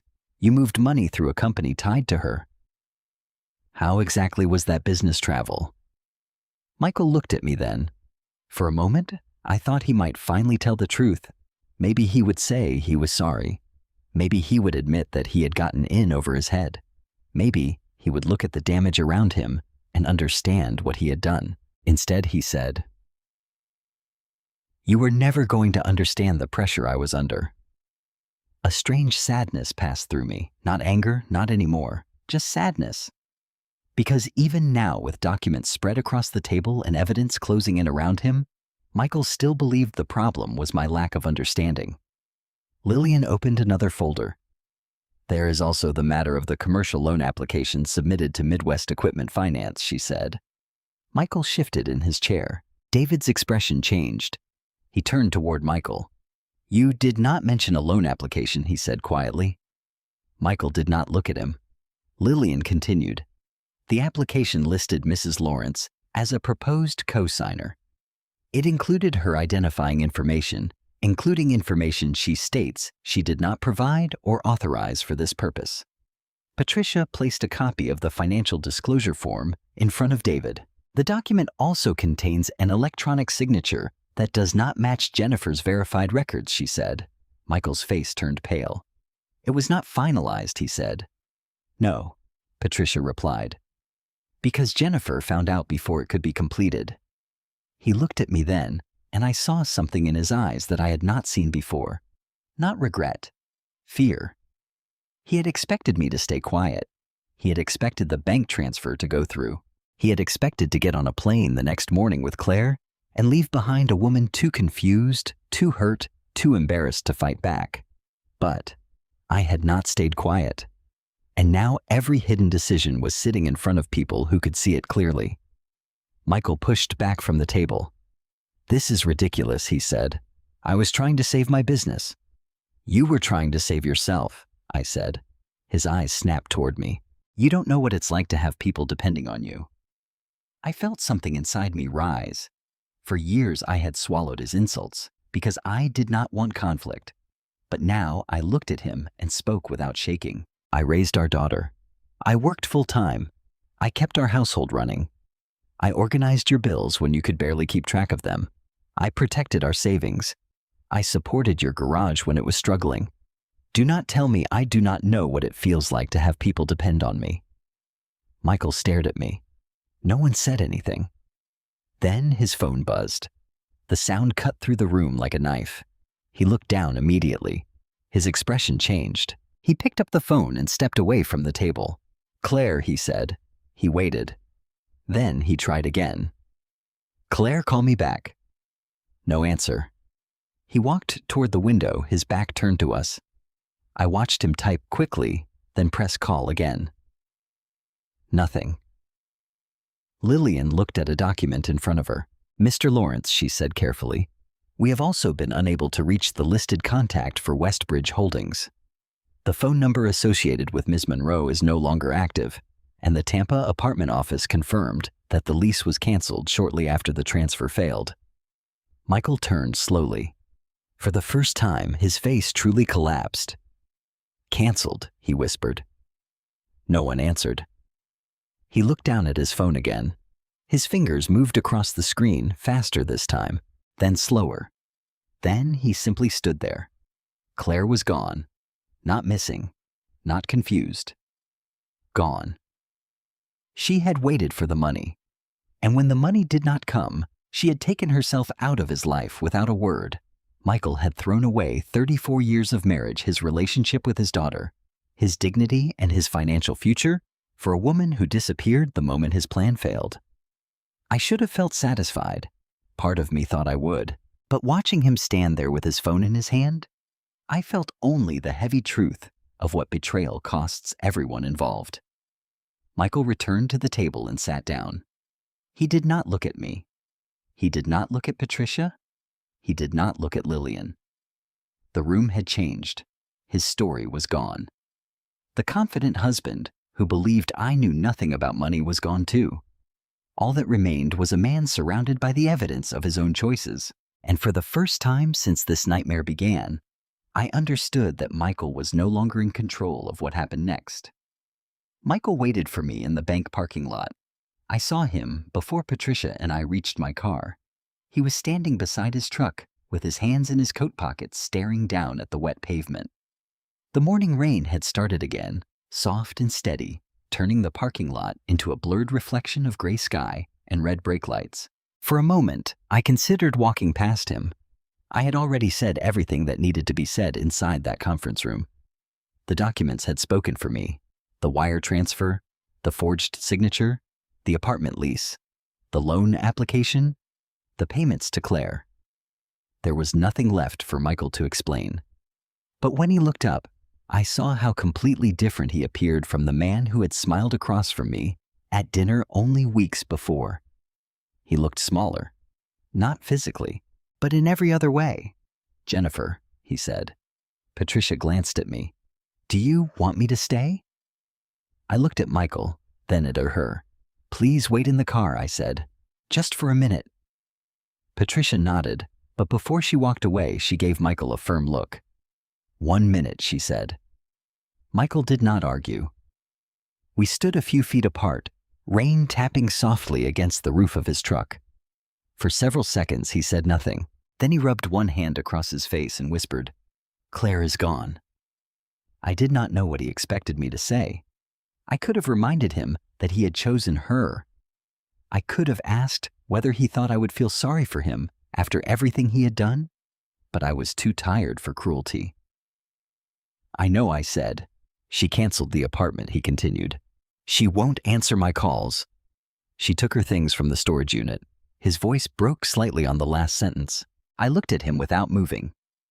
"Michael," I said quietly, "you were already leaving with her." He nodded once. His eyes stayed on the ground. "I know." The rain grew heavier for a few seconds, ticking against the metal roof above us. Then he looked at me again. "I need you to withdraw the fraud complaint." There it was. Not an apology, not a confession, not even a question about whether I was okay. A request. A demand dressed up as desperation. I felt something inside me grow still. "You want me to withdraw it?" I repeated. "Yes." "Why?" His jaw tightened. "Because this is getting out of control. The bank has frozen everything. Midwest Equipment Finance is asking questions. My attorney says this could become a real legal problem. It is a real legal problem. You know what I mean." "No," I said. "I think I finally know exactly what you mean." Michael took a step closer. "I made mistakes. I was under pressure. The business was failing, and I didn't know what to do. You could have told me. I was ashamed." "You were ashamed," I said slowly. "So you decided to use my name without permission." He looked away. "I didn't think it would go this far. You bought plane tickets." He said nothing. "You rented an apartment." His shoulders dropped. "You moved money into a company connected to Claire."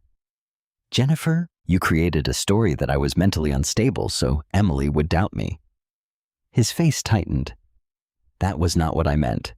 You left her a voicemail saying I wasn't thinking clearly. You told her to prepare the family in case I made accusations. I was scared, he said, and I wasn't. My voice did not rise. That surprised me. For years, I had imagined that if Michael ever truly betrayed me, I would scream. I would throw something. I would say every angry thing I had swallowed over 34 years. But standing there in the cold rain, I felt no need to scream. The truth was already loud enough. You were scared of losing your business, I said. I was scared because the man I trusted had taken my personal information, my savings and my future, then tried to make my own daughter believe I could not be trusted. Michael closed his eyes. I never wanted to hurt you. I let that sentence sit between us. Then I said, you did not hurt me by accident. He looked up sharply. What does that mean? It means you planned this. My throat tightened, but I kept going. You gathered my information. You changed the bank password. You disabled my alerts. You used an old copy of my signature. You scheduled the transfer for the same night you took me to dinner. You packed a suitcase. You bought tickets. You rented an apartment. You applied for a loan using my name. Michael stared at me. You had time to stop at every step I said. You had time to tell the truth. But you kept going. He looked like he wanted to interrupt, but I did not let him. That is why I cannot call it a mistake. For the first time, his face showed something close to shame. Not enough to erase what he had done, but enough that I knew he finally understood I would not rescue him from the consequences. He leaned against his truck. I was drowning, he said. The garage was behind on payments. The suppliers were calling every day. I couldn't keep up with payroll. Then Claire kept telling me there was another way. She said Tampa could be a fresh start. You mean she told you what you wanted to hear? He looked away. I thought I could fix everything. No, I said. You thought you could leave everything behind. That was the difference. Fixing something meant facing the damage. Leaving meant making someone else carry it. Michael looked at me with pleading eyes. Please, Jennifer. I know I was wrong, but don't destroy me. The words hurt more than I expected. Not because I believed them, because I remembered how many times I had protected him. How many bills I had paid quietly.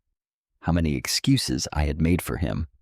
How many moments I had softened so he could keep feeling like the strong one. Part of me still wanted to do what I had always done, make things easier. But then I remembered my father's voice.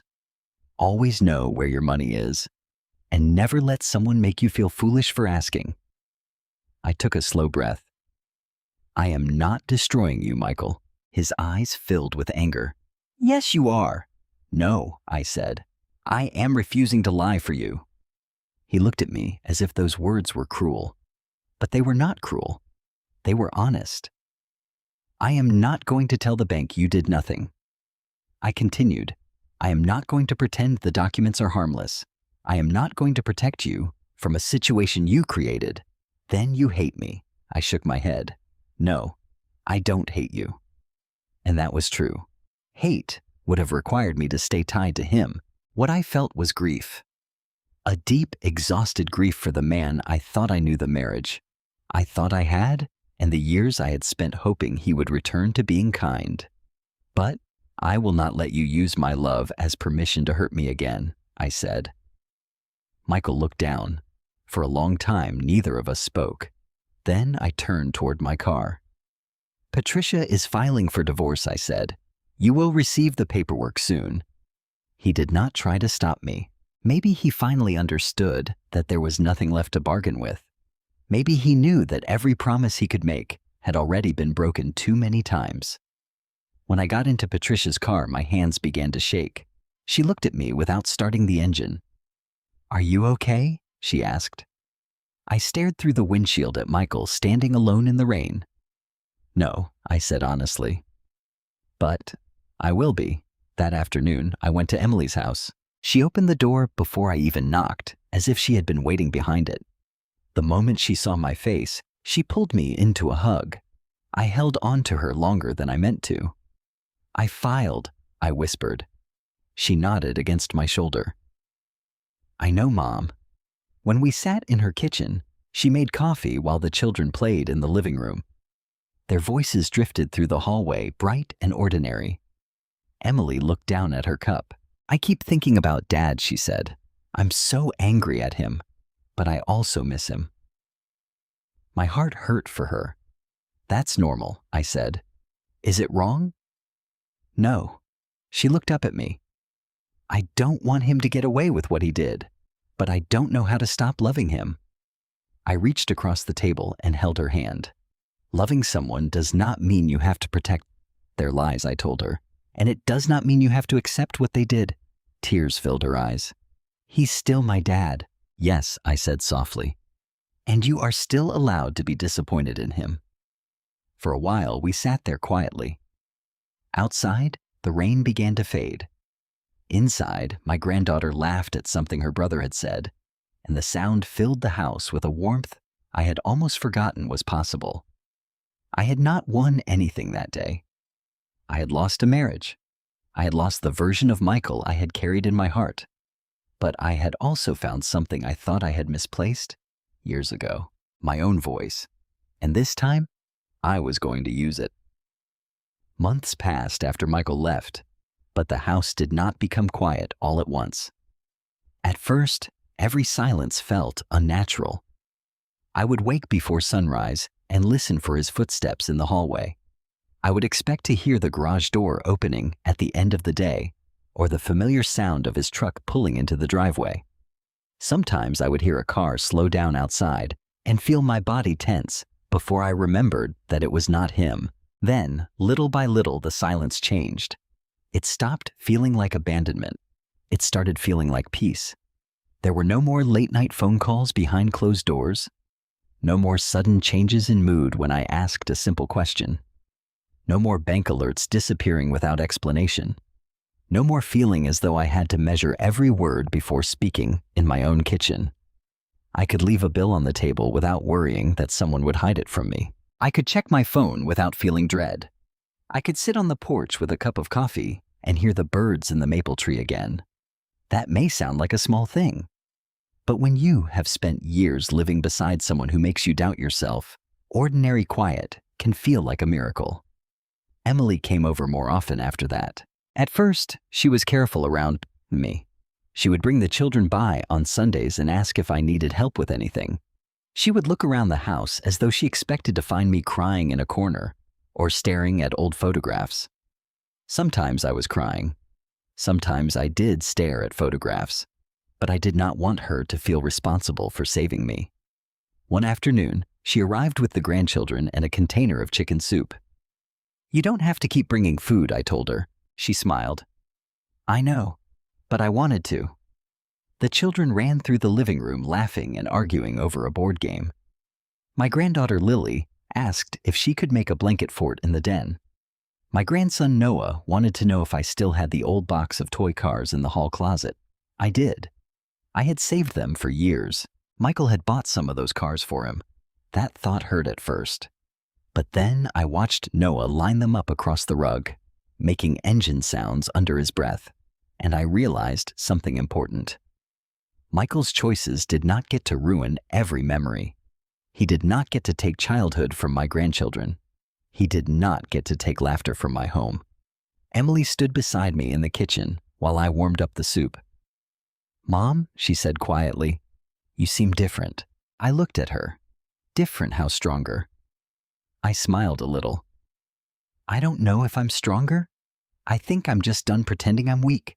She looked down at the counter. I'm still angry at him, she said. I know.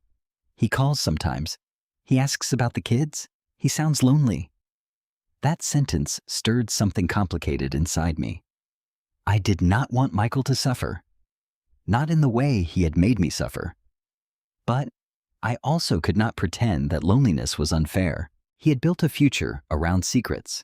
He had chosen Claire, the money, the apartment, the escape. He had believed he could walk away from his family and still keep control over the story. Now he was learning that choices have consequences long after the moment you make them. You can talk to him if you want to, I said. Emily looked up quickly. You don't mind. He is still your father, I told her. But you do not have to let him manipulate you. You can love him and still have boundaries. Emily nodded slowly. I had learned that lesson too late in life. But maybe she would not have to. A few weeks later, I received a call from Marcia at the library. Jennifer, she said, we're putting together a small community workshop next month. Basic online safety for seniors. Passwords, scams, banking alerts. You used to be so good at organizing things like that. Would you consider helping? For a moment, I said nothing. The library had always felt like one of the safest places in my life. I had worked there for decades. I knew the smell of old books, the sound of carts rolling across tile floors, the way sunlight fell through the tall front windows in the afternoon. After retiring, I visited sometimes, but I had not truly gone back. Not until that phone call. I'd like that, I said.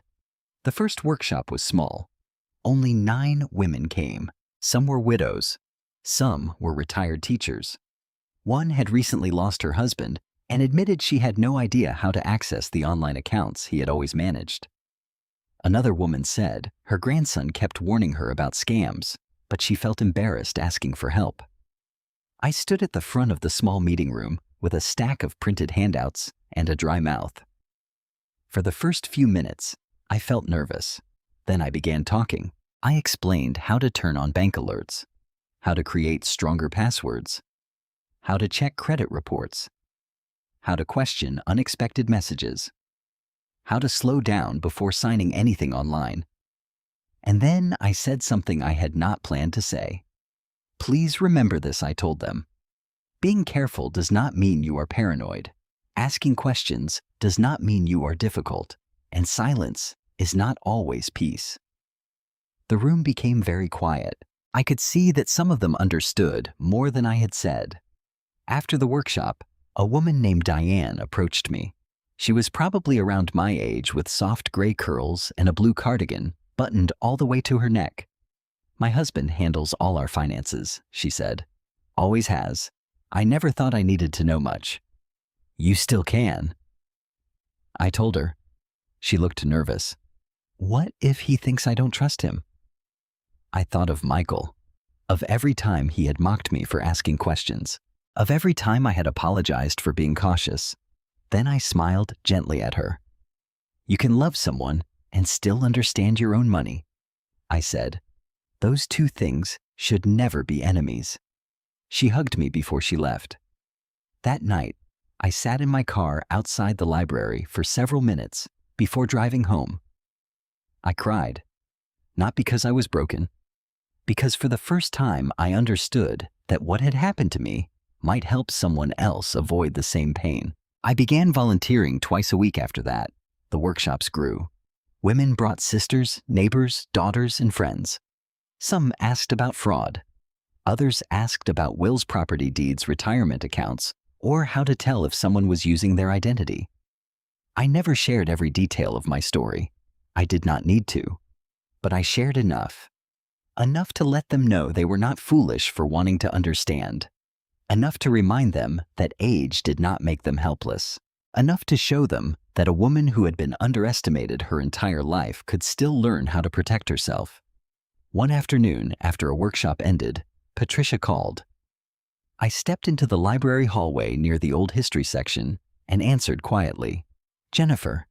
She said I wanted to give you an update. The financial review is nearly complete. My heart tightened. What does that mean? It means the documents tracing your inheritance are strong. The house remains protected. The disputed marital assets are moving toward final resolution. I leaned against the wall. For months, I had been waiting for this call. I had not realized how much tension I was still carrying until I heard Patricia's voice. Is it almost over? I asked. Not emotionally, she said gently, but legally we are getting close. I let out a breath that felt like it had been trapped inside me since the night Michael's card was declined at that restaurant. When I got home, I walked through the rooms slowly. The kitchen, the den, the hallway where Emily's childhood height marks still remained. The bedroom where I had once found Michael's suitcase. The pain was still there, I did not pretend otherwise. Some wounds do not disappear just because justice arrives, but they stop controlling you. They stop deciding who you are. That evening, I made dinner for myself, opened the windows a little, and listened to the wind move through the trees outside. For the first time in a long time, I did not feel like I was waiting for my life to begin again. It already had. 1 year after the night Michael's card was declined at that restaurant, I set the dining room table for 6. It was early autumn again. The maple tree outside had started to turn gold at the edges, and the afternoon light spilled through the windows in soft amber lines. Emily was bringing her husband and the children for dinner. I had spent most of the day cooking. Nothing fancy. Roast chicken, mashed potatoes, green beans with almonds, and the apple pie Emily always asked for when she came over. I had made the pie from scratch, just like I used to when she was little, and would stand on a chair beside me, dusting flour across the counter while pretending she was helping. The house smelled warm, safe, alive. For a long time after Michael left, I had avoided using the dining room. The table carried too many memories. Thanksgiving dinners, birthday cakes, Christmas mornings, arguments whispered after everyone else had gone home. But eventually I realized that Michael did not own those memories just because he had been in them. This was still my home. These were still my rooms, and I was allowed to fill them with new laughter. The doorbell rang at 6. When I opened it, Lily ran in first, carrying a paper bag in both hands. "Grandma," she shouted, "we brought you flowers." Behind her, Noah was holding a small wooden birdhouse he had painted blue in school. Most of the paint had ended up on his fingers, but he looked proud enough to have built a mansion. "It's for your porch," he said. I crouched down and pulled both of them close. "It's perfect," I told him. Emily stood in the doorway with her husband Daniel smiling softly. "You didn't have to cook all this," she said. "I wanted to, and I meant it. There was a time when I cooked because I felt responsible for making everyone happy. I cooked because I thought a good meal could smooth over tension.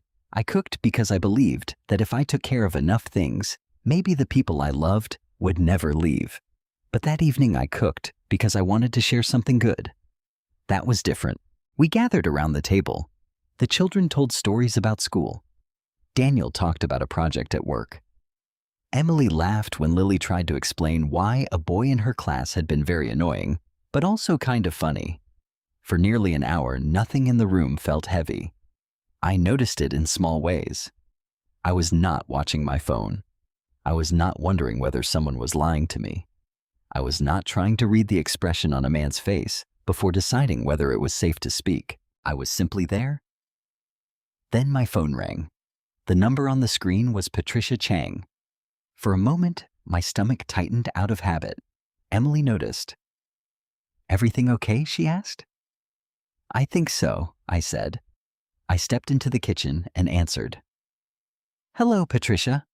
"Jennifer," she said, and I could hear the smile in her voice. "I wanted you to hear this from me directly. The final financial resolution has been completed." I leaned against the counter. For a second, I could not speak. "The house?" I asked. "Protected," she said.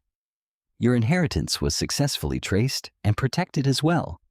The remaining marital assets have been resolved through the divorce settlement. Michael's business debts are not being placed on you." I closed my eyes. The kitchen was quiet, except for the faint sounds of my family talking in the next room. "It's over?" I asked. "The legal side is finished," Patricia said. "You are free to move forward." Free. It was such a simple word, but I had spent a year learning what it really meant. Freedom was not the absence of pain. It was not forgetting the past. It was not pretending I had never loved Michael. Freedom was being able to look at my life and know that nobody else could use my name, my money, or my fear to control me again. "Thank you," I whispered. "You did the hard part," Patricia said. "You chose to protect yourself." After we ended the call, I stood in the kitchen for a moment with both hands resting on the counter. I wanted to cry. Not the way I had cried after finding the Tampa tickets. Not the way I had cried after hearing Michael's voicemail to Emily. Those tears had come from shock grief and betrayal. These tears came from release. When I returned to the dining room, Emily looked at me closely. "Well?" she asked. I smiled. "The house is mine. The inheritance is protected. It's finished." Her eyes filled immediately. She stood up and hugged me before I could say anything else. "I'm so proud of you," she whispered. I held her tightly. For a long time, I had thought being proud of myself would feel loud, like a victory speech, like standing in a courtroom while everyone finally understood what Michael had done. But it did not feel like that. It felt quiet. It felt like sitting at my own table with my daughter's arms around me, knowing I had survived something I once believed would destroy me. After dinner, while the children played in the den, Emily helped me clear the dishes. She was rinsing plates when she noticed a plain white envelope sitting on the kitchen counter. "What's that?" she asked. I looked at it.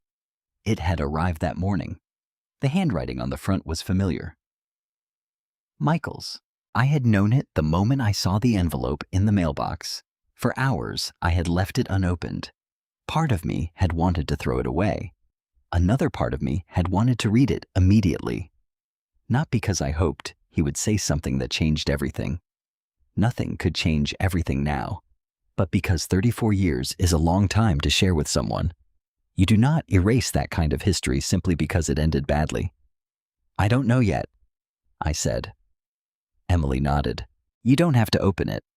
"I know."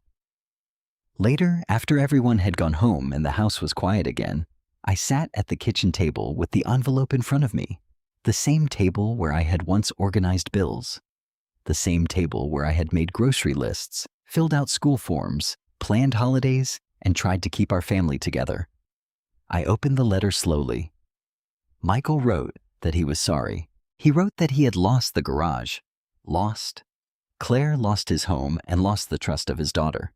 He said he had spent months trying to understand how he became the kind of man who could betray the woman who had stood beside him for so long. He wrote that he did not expect forgiveness, but he asked for it anyway. I read the letter twice, then I cried. Not because I wanted him back, not because I regretted leaving. I cried for the years I had spent trying to become smaller, so Michael could feel bigger. I cried for the woman I had been when she believed patience alone could fix a broken marriage. I cried for the version of him I had loved, even though I now understood that version had not been the whole truth.